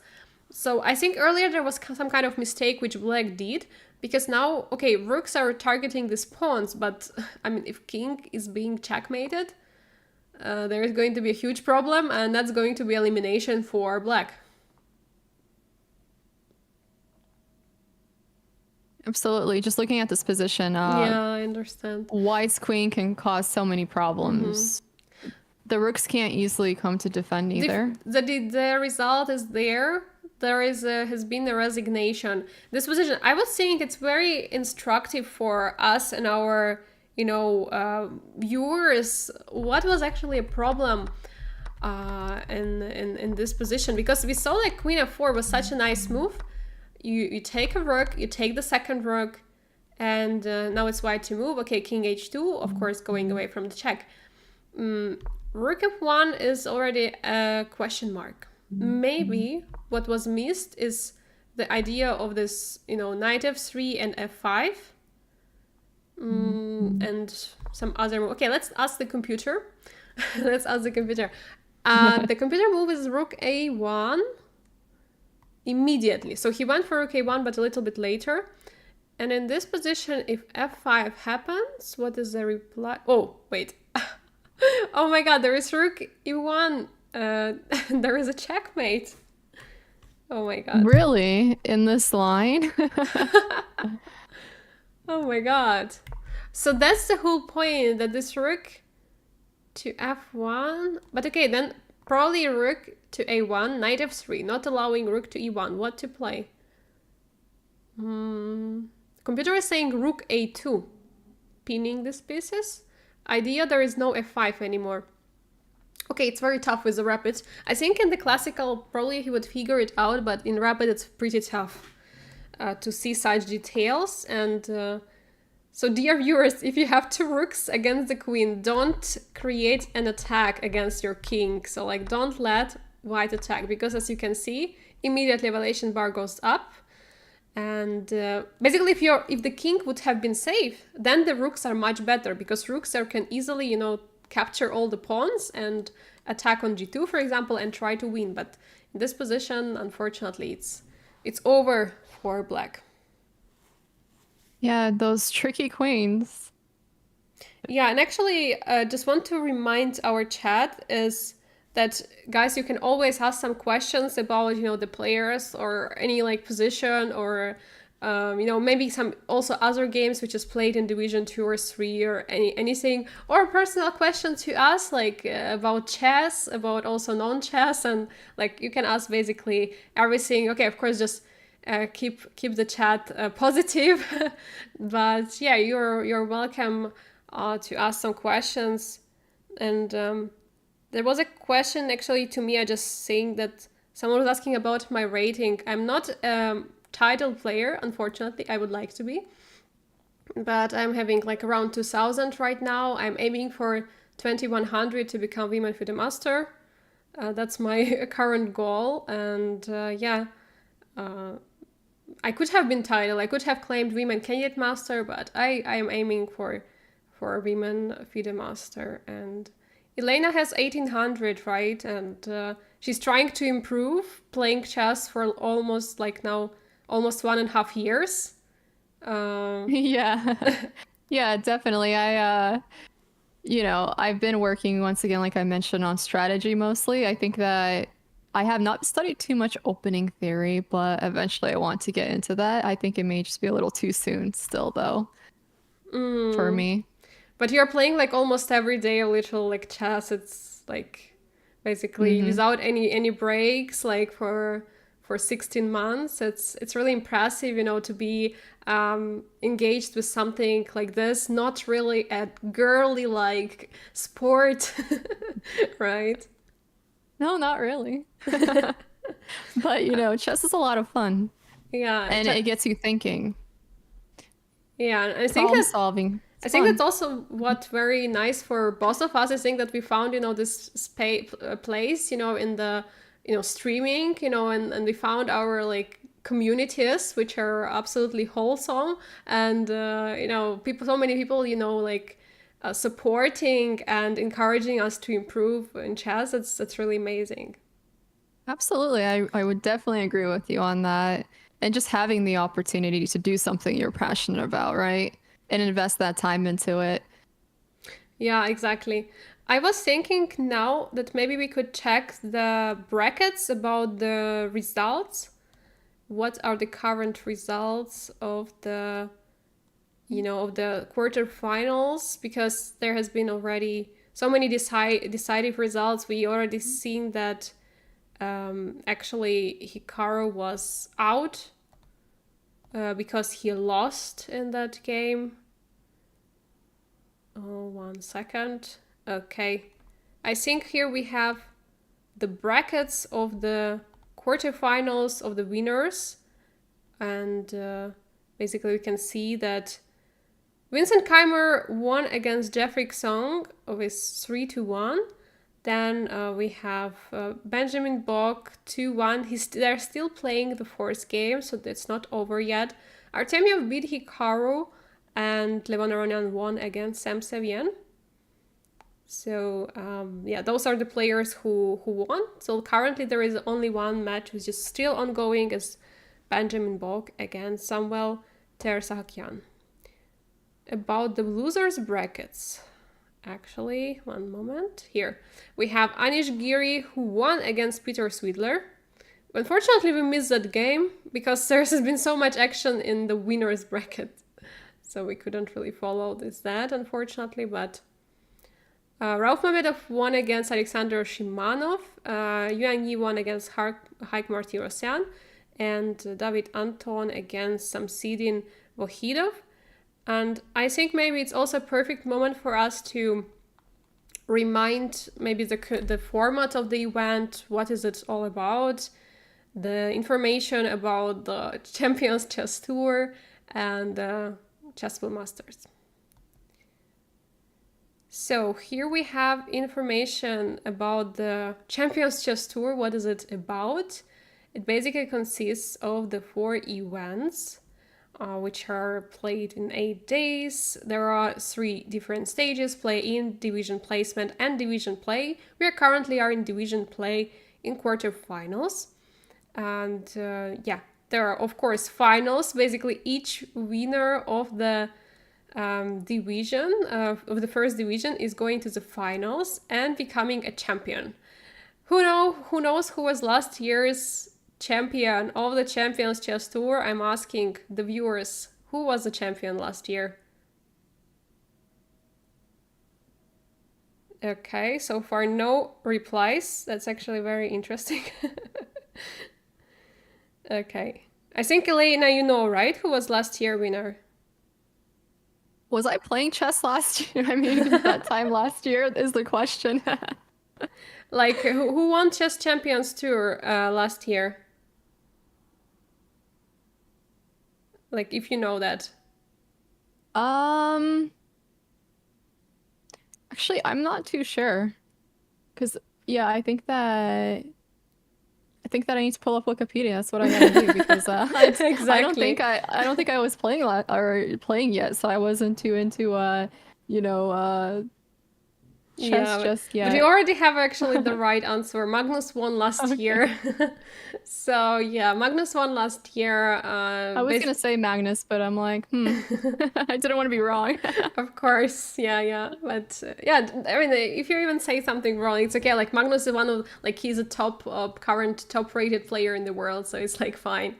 But here we have a prize fund, like $1,700,000 US dollars overall, 300K per tournament, with 500K for the finals. And here are the events, here are the dates you can save to follow them in the future. So currently we have Chessable Master. There are going to be other events in May, July, and September. And about the Chessable Masters, this is tournament format.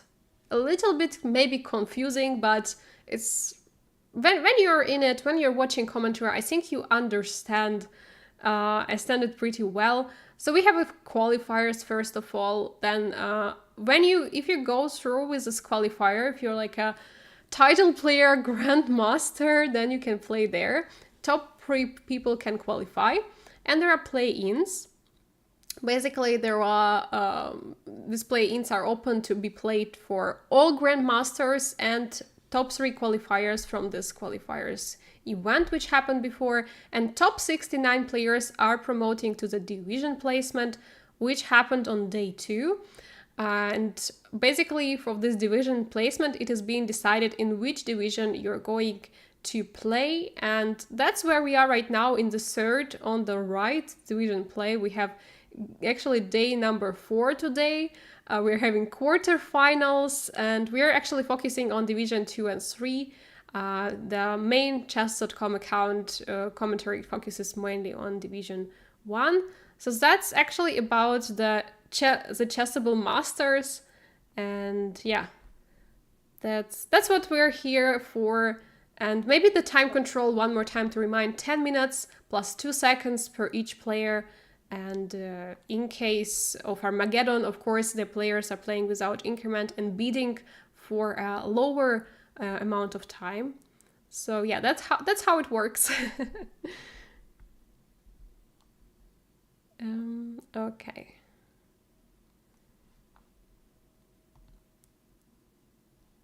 So maybe just quickly checking the result, and the question is which games are still ongoing, because I can see that in loser brackets we already checked all the games finished. I think in the quarterfinals we still had one match ongoing, and I'm trying to pull it up for us.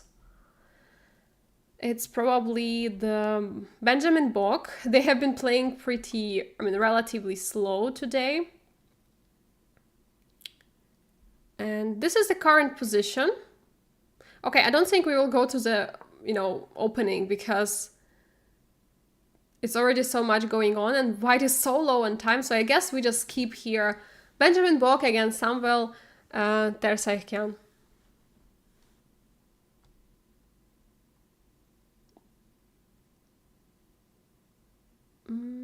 What do you think So here? it looks like, yeah, white has a slight advantage with space, with that d5 pawn. And black does have an interesting outpost with knight on d3, it seems. I'm not really sure how I feel about black's king, though. It seems like it can open up very quickly with that pawn on h, or that pawn tension, right? So yeah, I'm not very sure. Yeah, I mean, I'm seeing, certain problems, but yeah. Yeah, of course, the main problem is this h file and king. And even though, the position is semi-closed, I mean, there are, of course, some open diagonals, but, the center is closed here. And white has bishop pair, but it's looking actually, towards the king. And that, I think, the most important here. White has this very, very strong attack.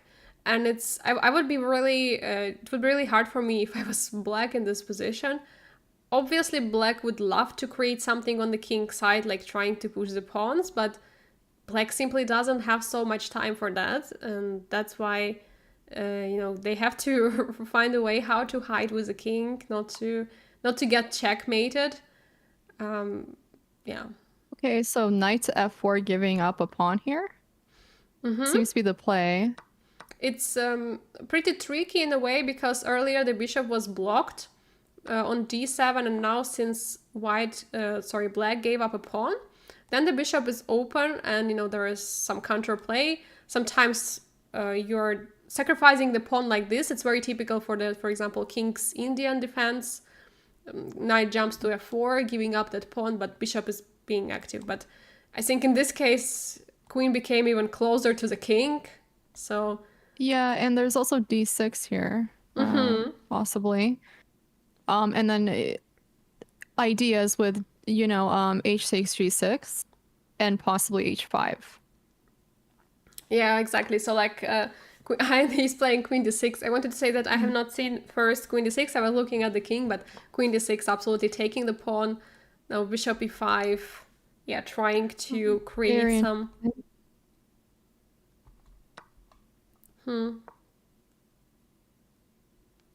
Okay, so does this push away the queen to the queen side of the board? So it's not doesn't seem like it could be as active on the king side. Yeah, I mean, okay. I mean, the point here is that, of course, like white is up all those pawns, but after trading of the queens, it's not so easy to attack the king anymore. But I think white is still going to try, and now if the pawns are being traded, there are going to be like 3 pawns. Okay, maybe this one will be taken. So 2 pawns on the f and e file, which potentially could be the passers. So black has to be really careful. Absolutely. And knight to f5 Seems like there may be ideas there. Yeah, knight f5, rook h6, And then right? exactly, yes. Okay, bishop d4 probably also a good move. Also targeting this bishop f5 check, and then potentially this rook can come to h7. But knight f4 check. Okay, Oh, now some very knight jump. interesting. But just to remind you guys, Benjamin Bock is leading 2-1. So it means that Samuel has to win this game in order to stay for the Armageddon. And I don't feel like Black is the one who is like trying to win this game, because there are simply 2 extra pawns for whites.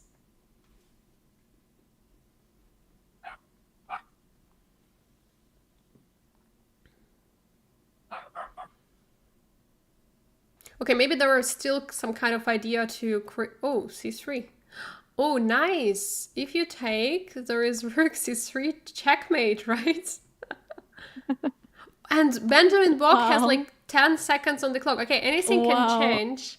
Actually, maybe I Okay. jinxed a little bit in this way, because I said I don't feel that Black can try to win this, but now there are so many chances simply because of the placement of the king.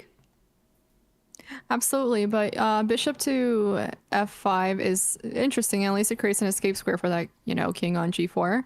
Because here the problem is if that pawn on c3 is ignored, you can push it, right, to Yeah. c2 and possibly promote that.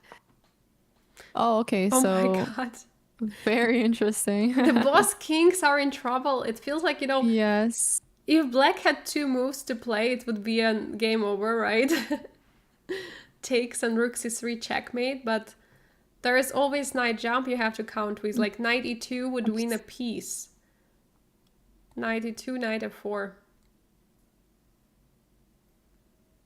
That's why he goes away, but there is still available the square for the king, king g4. But he has 3 seconds on the clock. He has only 2 seconds increment. He has to play faster. Rook h6 check, wow.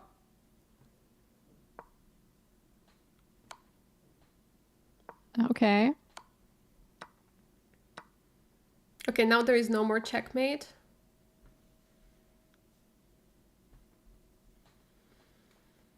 And still 2 extra pawns. Yeah, I mean, it's really hard to win this for Black, if not okay, everything is possible. You can blunder in White one move, does have especially 7 seconds on the clock, yeah, having right? so little time. There's a lot of pressure there. Like, how do you deal actually with timed pressure, like normally in the games, like OTB, that doesn't matter online, like when you're coming down on time, like do you start blundering, or like how can you handle I it? start losing. That's what happens. Welcome Oh to my Tyler God. Tertso and 5 No, awesome it's really viewers. hard. I definitely make really bad moves. I've lost plenty of games to time before, so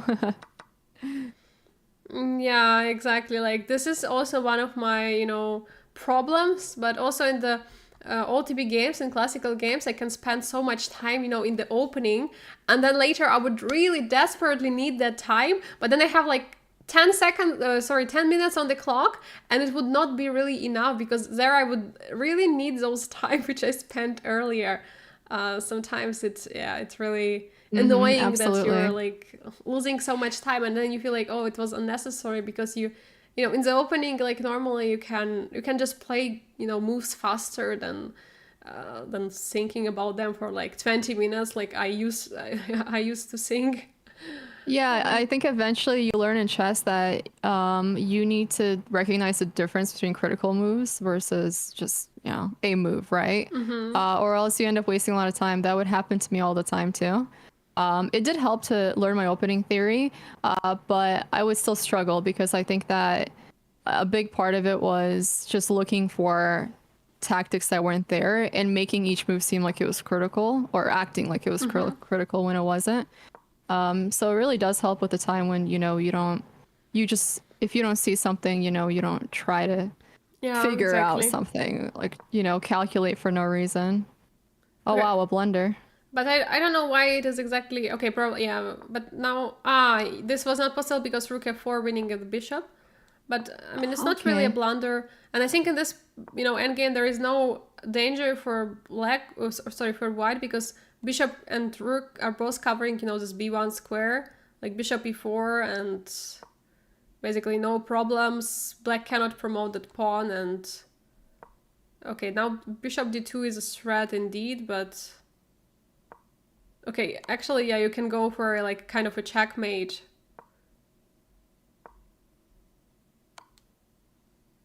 Yeah, so this, yeah, it's like Now it's maybe really hard king to to say. e6. Oh, it's a blunder because you dropped that pawn. Yeah, but Oh. it's oh wow, there is a checkmate threat, and how do you stop checkmate? Okay, you give up the Oh bishop. wow, yeah. Okay, this is over.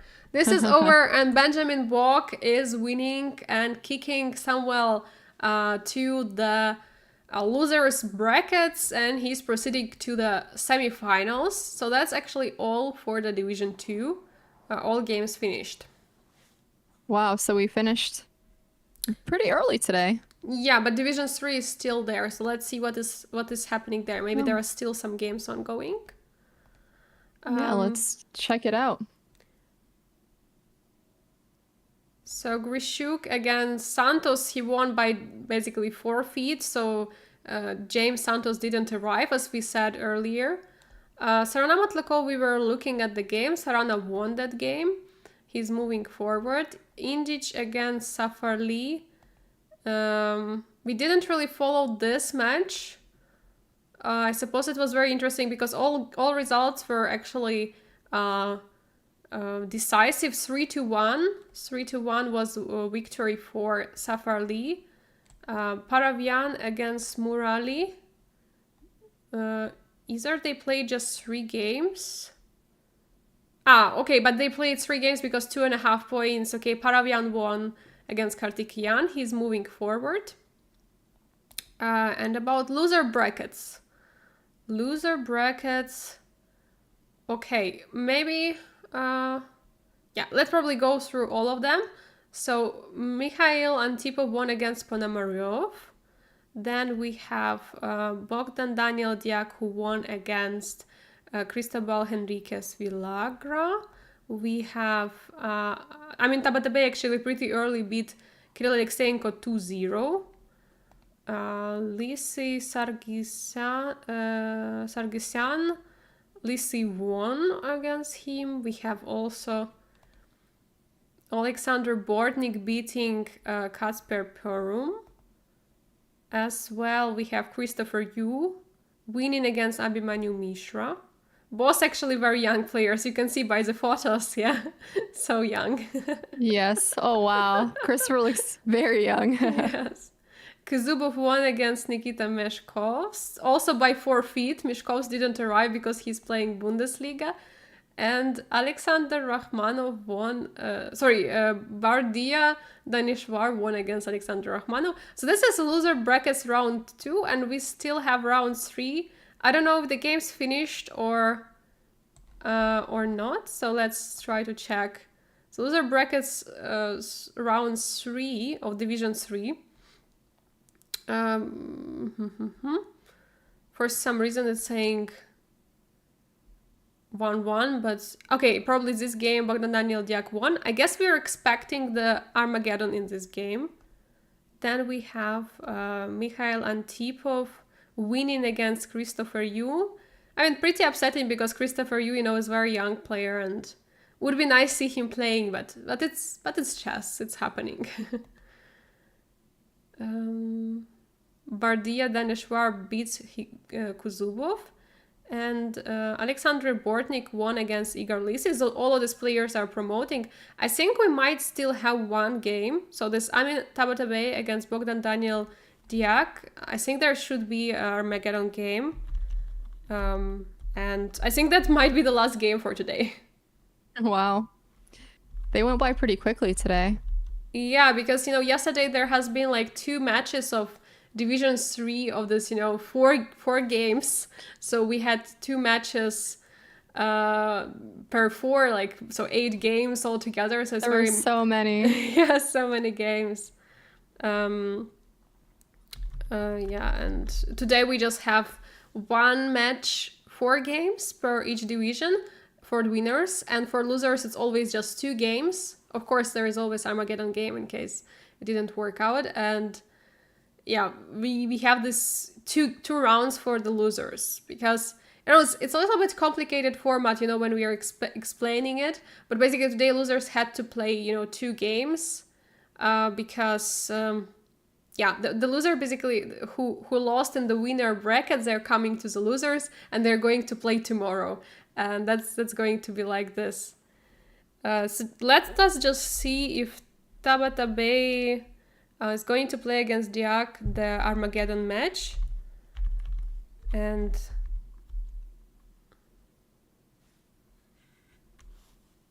oh, actually, I just asked and we already have it.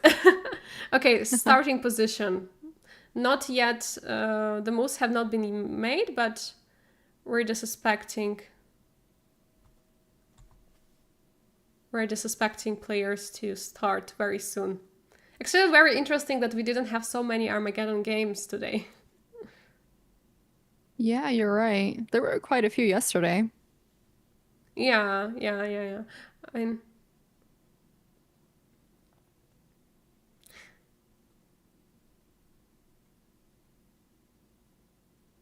So are we just waiting for it to start? Yeah, we're just waiting. I don't know why the move's not been played. I think... Oh, now they're starting. There you go. Wow, wait, look at the time! 10 minutes again, 9 minutes and 30 seconds. Okay. Well, that's interesting. Very interesting.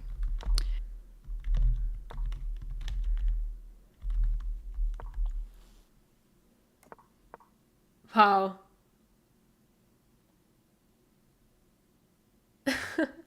Okay, information about the bidding, like, so interesting, because, we can see that Amin Tabatabai won with 9 minutes and 30 seconds. It means that Diak should have bidden like more than that. And like he bid 9 minutes and 50 seconds. Wow. So basically he's saying, I don't want to decide which color I play, I want to play white. Interesting. I just remember, we had some Armageddon matches where someone beat something like 9 minutes and 50 seconds. Maybe it was Diak also. And the opponent beat something like 7 minutes, because normally you expect your opponent to beat around 8 minutes.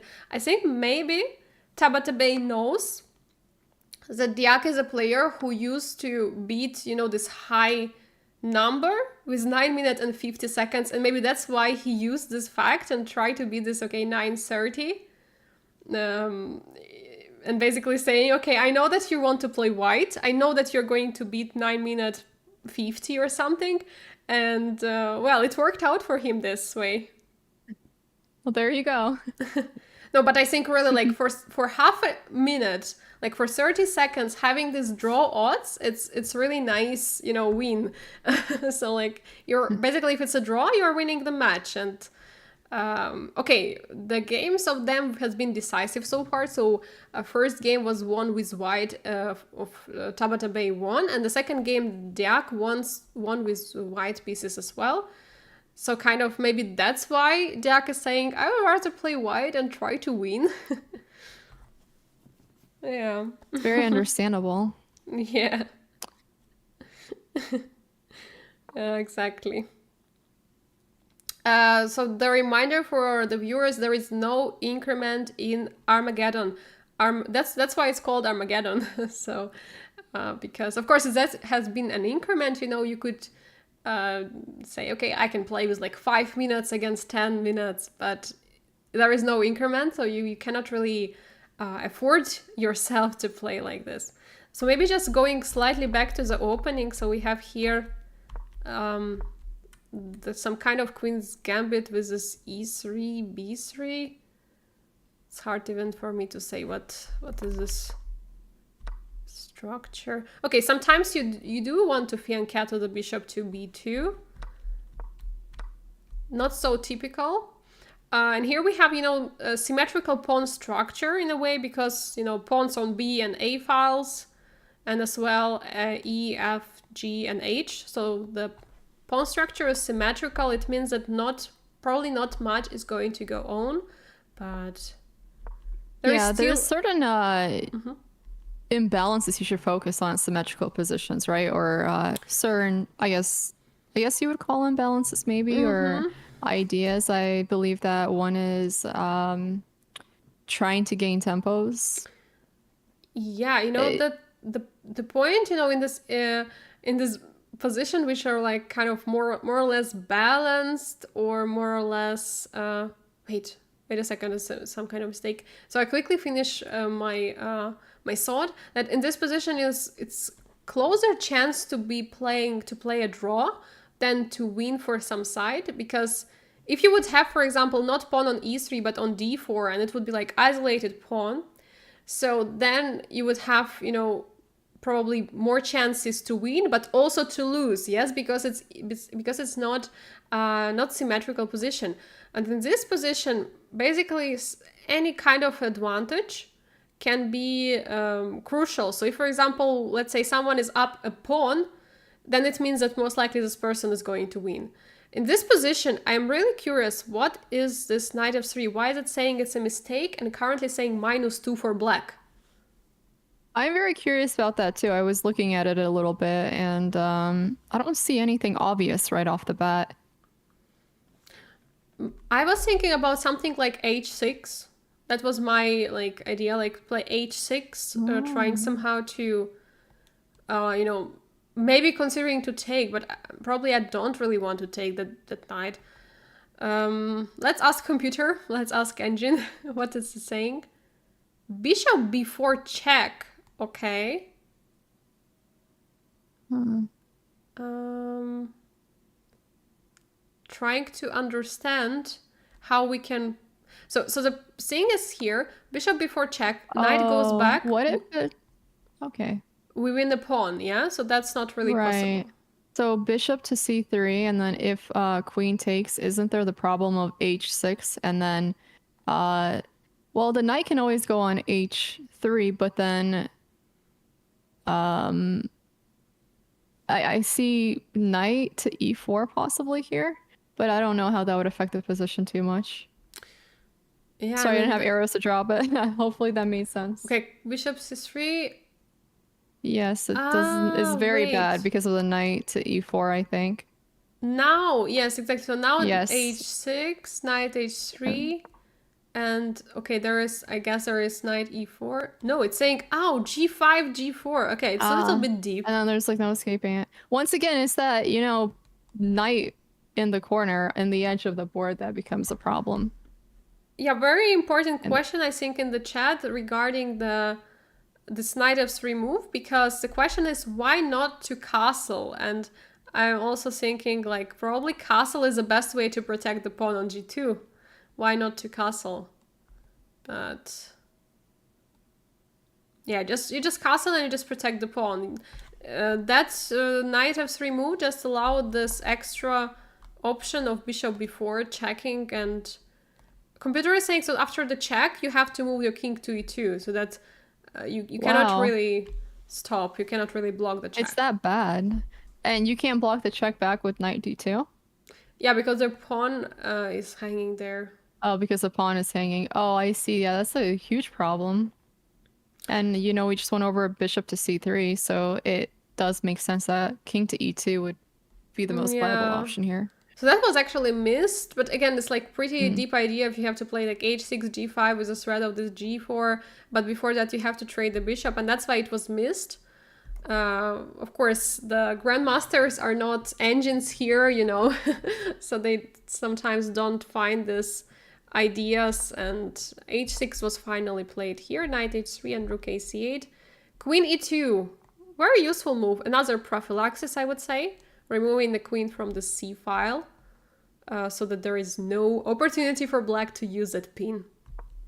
Yes, very smart move.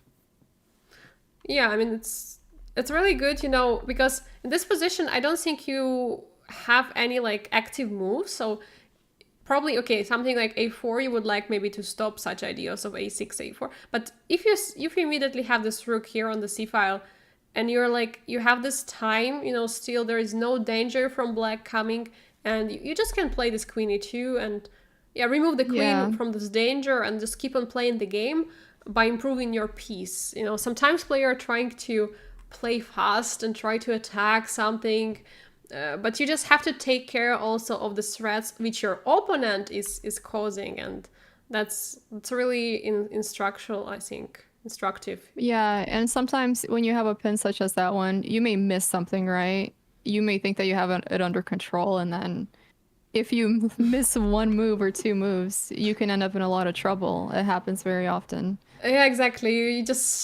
You should always, make sure it's like you rather, overprotect or like play and have everything like loose. So this queen e2 I really like a lot. Bishop d6, knight f4, and now bishop b8 was played. And knight d4, knight e5. And suddenly knights are really nice here on f4 and d4 for white.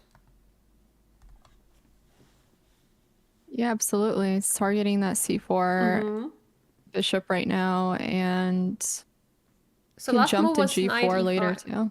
Yeah, last move was knight e5. What to play for white now? Wait, last move was knight d5? Knight e5. For white? So this one was last move. Okay, Oh, now he for played. black. He already answered your question. You cheated.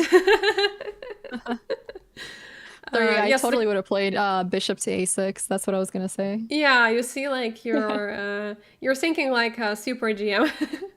Oh, I know. Yeah. But yeah, I mean, there is no other basically like good move rather than this. I think also that bishop, if we compare bishops on c4 and b7, I absolutely agree that bishop on c4 is much worse piece. Yeah, if you look at the bishop on b7, it's like a monster, right? So yeah. Agreed, absolutely. Yeah, I would absolutely want to trade those bishops in this case. Especially when you still decisively can with that rook skewer, right? Mm-hmm.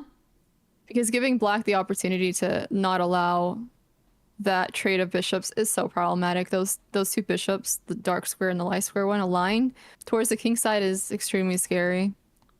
I absolutely agree with you, yeah. And that's why this, there was this maneuver of the bishop to, I believe it was bishop d6 and bishop b8, to bring at some moment the queen to c7 or d6 to create this battery on the, on the king side, and at some moment to play this g5 move and, try to attack. And bishop on b7 for sure would have been a nice add-on to that attack.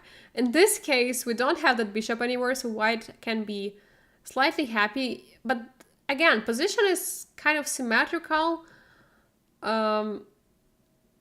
Not really much is going on, but I think it's pretty sharp just because of there is always this opportunity to play e5. You have to always make sure it doesn't work.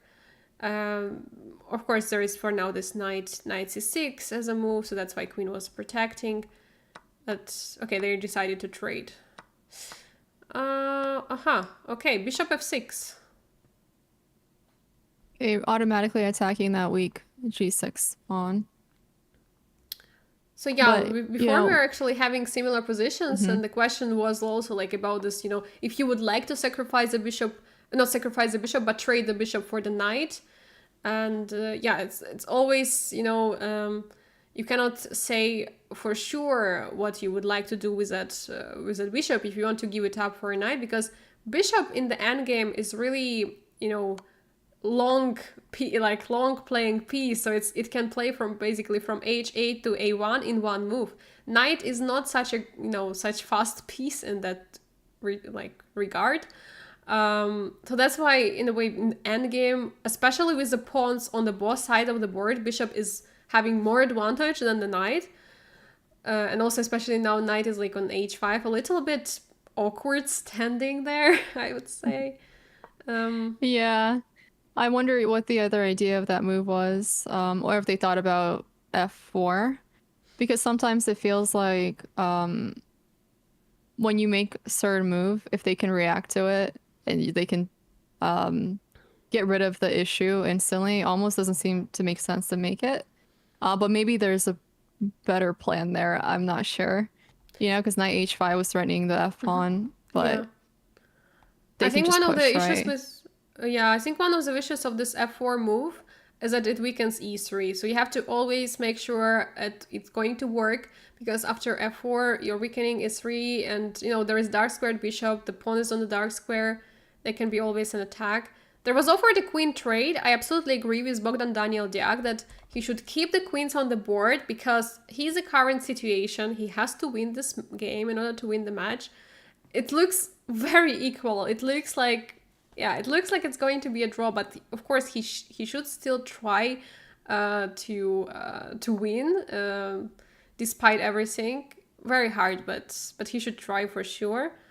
And Does G4 make sense here? for sure, yes, G4. I was thinking about it because G4. If pawn takes, there is Queen G4, and it's a okay. I want to say almost a checkmate, but it's not a checkmate because bishop protects everything. Because that bishop, yeah. But it does open up. But I still think that it's a nice idea. Maybe now something like F4 takes or Yeah, I was thinking that too, but what would they do after? now he goes for it. So you see again your idea of F4, but a few moves later, because in this position there is a weakness on F5 and okay, potentially weakness F5 and F7. You know, H6 also could be a weakness. So that's why he can allow himself to weaken pawn on E3. Okay, yeah, that makes a lot of sense. So we have actually here the queen's endgame, queen and the knight versus queen against bishop. What do you think generally? Who is like which pair of pieces is better, like queen and the bishop or queen and knight? Yeah, good question. I know that queen and knight can coordinate very well in order to deliver checkmate. But at the same time, you know, for endgame, if your goal is to promote, but if you still have a queen, I personally feel like just like thinking about the position, like how did a bishop and a queen work together, right? Perhaps one covers the diagonal, the other covers, well, you know, the bishop covers diagonal and the queen can cover a diagonal and the ranks and files, right? But the knight can jump everywhere. So it's so hard for me to make a decision on that. Okay, like if we talk about it generally, you know, not looking at this position, if we talk about this like generally, then yes, you said absolutely right. Queen and knight coordinate much better than queen and the bishop. That's for sure. Like for example, if we compare it to the rook endgame, if there is like you know, rook and the bishop and rook and the knight, then rook and the bishop, which would be better in the endgame than rook and the knight. So it's like a general term. But of course, it's always everything specific. Like if we try to note, okay, we know this, that knight and the queen are better, and we go for this endgame, like Bogdan Daniel Diak did. But actually in this position, okay, there are still opportunities to play like queen h5, create some attack, trying to win that pawn. But still, I feel like bishop is a little bit more active here, and there is a compensation still for black, just because there are also two pawn islands. There are pawns on the queen and king side at the same time, so that bishop is more, you know, bishop is a better piece to coordinate on the both sides of the board. So that's why in this position it's tough to say. If white manages to attack the king in some way, then it's of course possible. But if not, there's for sure is going to be a perpetual for black, which is absolutely enough to hold a draw and you know, just to win a match. Yeah, I like the way you explain that. That makes a lot of sense, right? So if there's some sort of attack on the king with the knight and the queen coordinating, there's a lot of initiative there, you know, there's possibilities, right? But yeah, that bishop in a board such as this one, where you have your king side and your queen side pawn still, it's much, much more tricky. Yeah. Never thought of it that way, but that great explanation. And now I actually like what Bogdan Daniel Diak is doing. He's pushing this pawn all the way, you know, to... Wait. Okay, I don't understand this a3, but h5, I really like it because in some moment you can grab that pawn on h6 and create a passer. But h6, I don't know. Like, if you take, probably there is some queen enter on c8. But then queen d7. Yeah, exactly. Oh, but then and now bishop c5. How about now queen to e5? Okay, And this is now, becoming wild. This is yeah. getting wild. But now that, king can just be chased around with the queen as well. Yeah, you're right. Like, okay, but boss players are getting so low on time that it's like it's very difficult. And this is a case where knight can really become, knight going to d4 and v5, and trying to create some problems.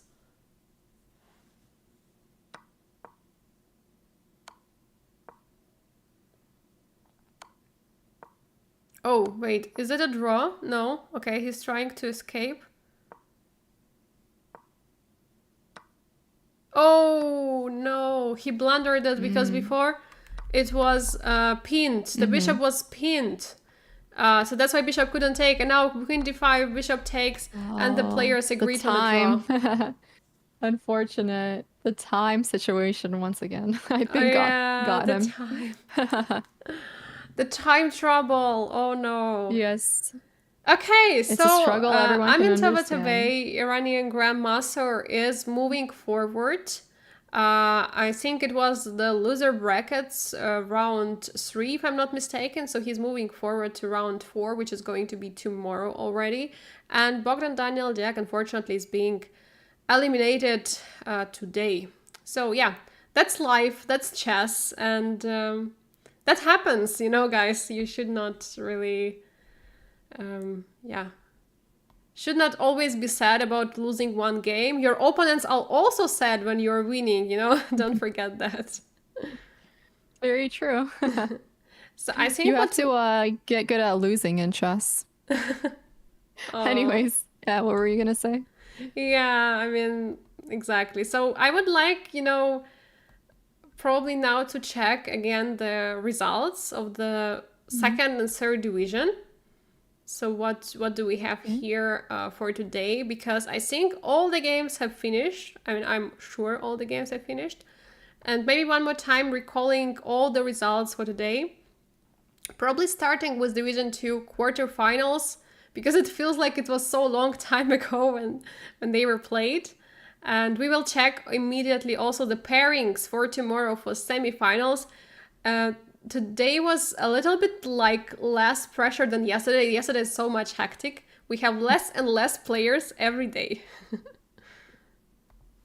So here we have the brackets which were played today, the quarterfinals, and we see that the winners, such as Vincent Keimer, Benjamin Bok, Artamia, and Ronan, are moving forward to semifinals, and we're going to see Keimer against Benjamin Bok, Artemiev against Levon Aronian in the semifinals tomorrow. And let us see the losers brackets. Since Savan lost, he's moving to the loser brackets, going to face Anish Giri tomorrow, who actually won against Peter Swidler, and he actually tweeted on his Twitter account that if he had lost today, it would have been like 4 consecutive Armageddon losses in 1 week for him. So he won, and he's very happy. Then we have Hikaru Nakamura, who lost today in the winner bracket. So he's moving to the loser brackets, facing Rauf Mamedov. Samuel Ter Sahakyan playing against Yuyan Yi. And Jeffrey Song, who lost today against Keimer, he's going to play David Anton. And I guess we're going to check instantly Division 3 results. Here we are having them. You have to look on the right side, because on the left side it's the round 2. So we have David Paravian winning. Okay, maybe let me just move forward so we can see immediately winners. Yes, like this. So we have David Paravian winning against Kartikeyan, as he's going to play tomorrow in semifinals against Sarana, who beat Maxim Matlakov today. Safarli won against Indic, and Grishuk beat 3-0 James Santos Latasha without even playing a single game, because he didn't arrive to the board. Yeah, we already discussed it earlier, right? There is a OTB tournament, OTB Bundesliga, first German Bundesliga, and people are playing there, and they didn't arrive to the game. So Safarli is going to play against Grishuk tomorrow. Hopefully Safarli comes tomorrow to the game. And about the loser brackets, we have today Bardia, who won. So Maxim Atlakov lost in the winner's bracket, so he's coming down.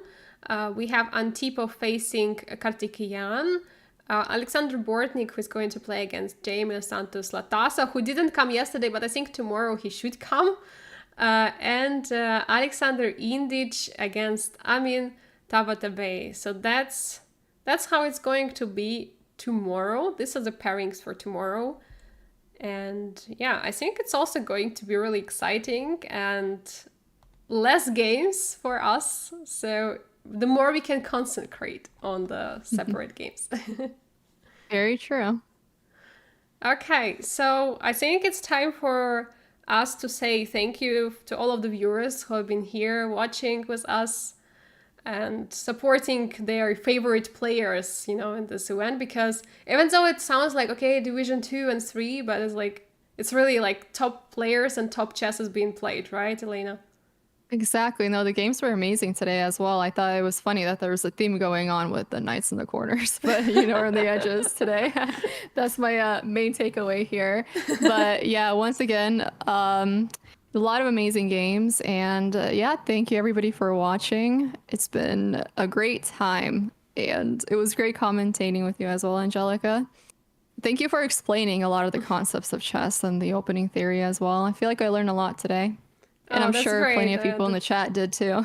That's great. I mean, I hope it was useful for you as well for the chat. That's the whole Player point. 55328 That's the whole point, as we said, of our commentary here is that you guys also learn together with us. So that's kind of the best, when I think the players or like commentators, streamers are the closer level to you. So not our of course, if you want some high quality commentary, you can always check Grandmaster quality commentary on the main channel of chess.com. But absolutely, like you, it's so much better, to have similar questions. Yeah, and okay, why is that position better? Why, what is happening with that knight and the queen and bishop and the queen and such things. And yeah, tomorrow we're going to be here at the same time, at the same place. And we're going to have semifinals already. Very, very close to the finals. How exciting. I mean, it's been 2 days now. So we have 2 days left. So basically we're currently, at this equator of the event. Everything's going so fast. I just feel like we just started, we just met and started commentating, and it's already like 2 days been passed, and semifinals and finals are left for us to do. Yeah. Time just goes by so quickly in general, exactly. Okay, you guys. become an adult and then it passes by just like that. Yes, exactly. Yeah, so just a question from the audience. There are going to be 3 more days, exactly, but we are going to have commentary for 2 more days, because after that, there is going to be a main commentary just on chess.com, because it will be like the grand finals of the whole event on the February 6th. So we're going to be here till February 5th with you together. Chess sisters, exactly. Okay, guys. Thank you so much, viewers, for being here with us. It was really great. Thank you, Elaynah, for asking questions. Thank you for answering them. And yeah, well, I think we're going to probably rate someone just in a moment, but we're saying goodbye to everyone, and see you tomorrow at 5 p.m. Central European Time, and how much Eastern Time? 11 a.m. Eastern Time. Exactly. See you tomorrow. Early for us Eastern and Central and Western people. Exactly, for everyone. Yeah. If you're watching California, you're watching at 8 a.m. So you got to get up bright and early, grab some coffee, sit down, and enjoy the show. Yeah. Okay, guys. See you tomorrow. Bye-bye. Bye-bye. Yes. Goodbye, everybody.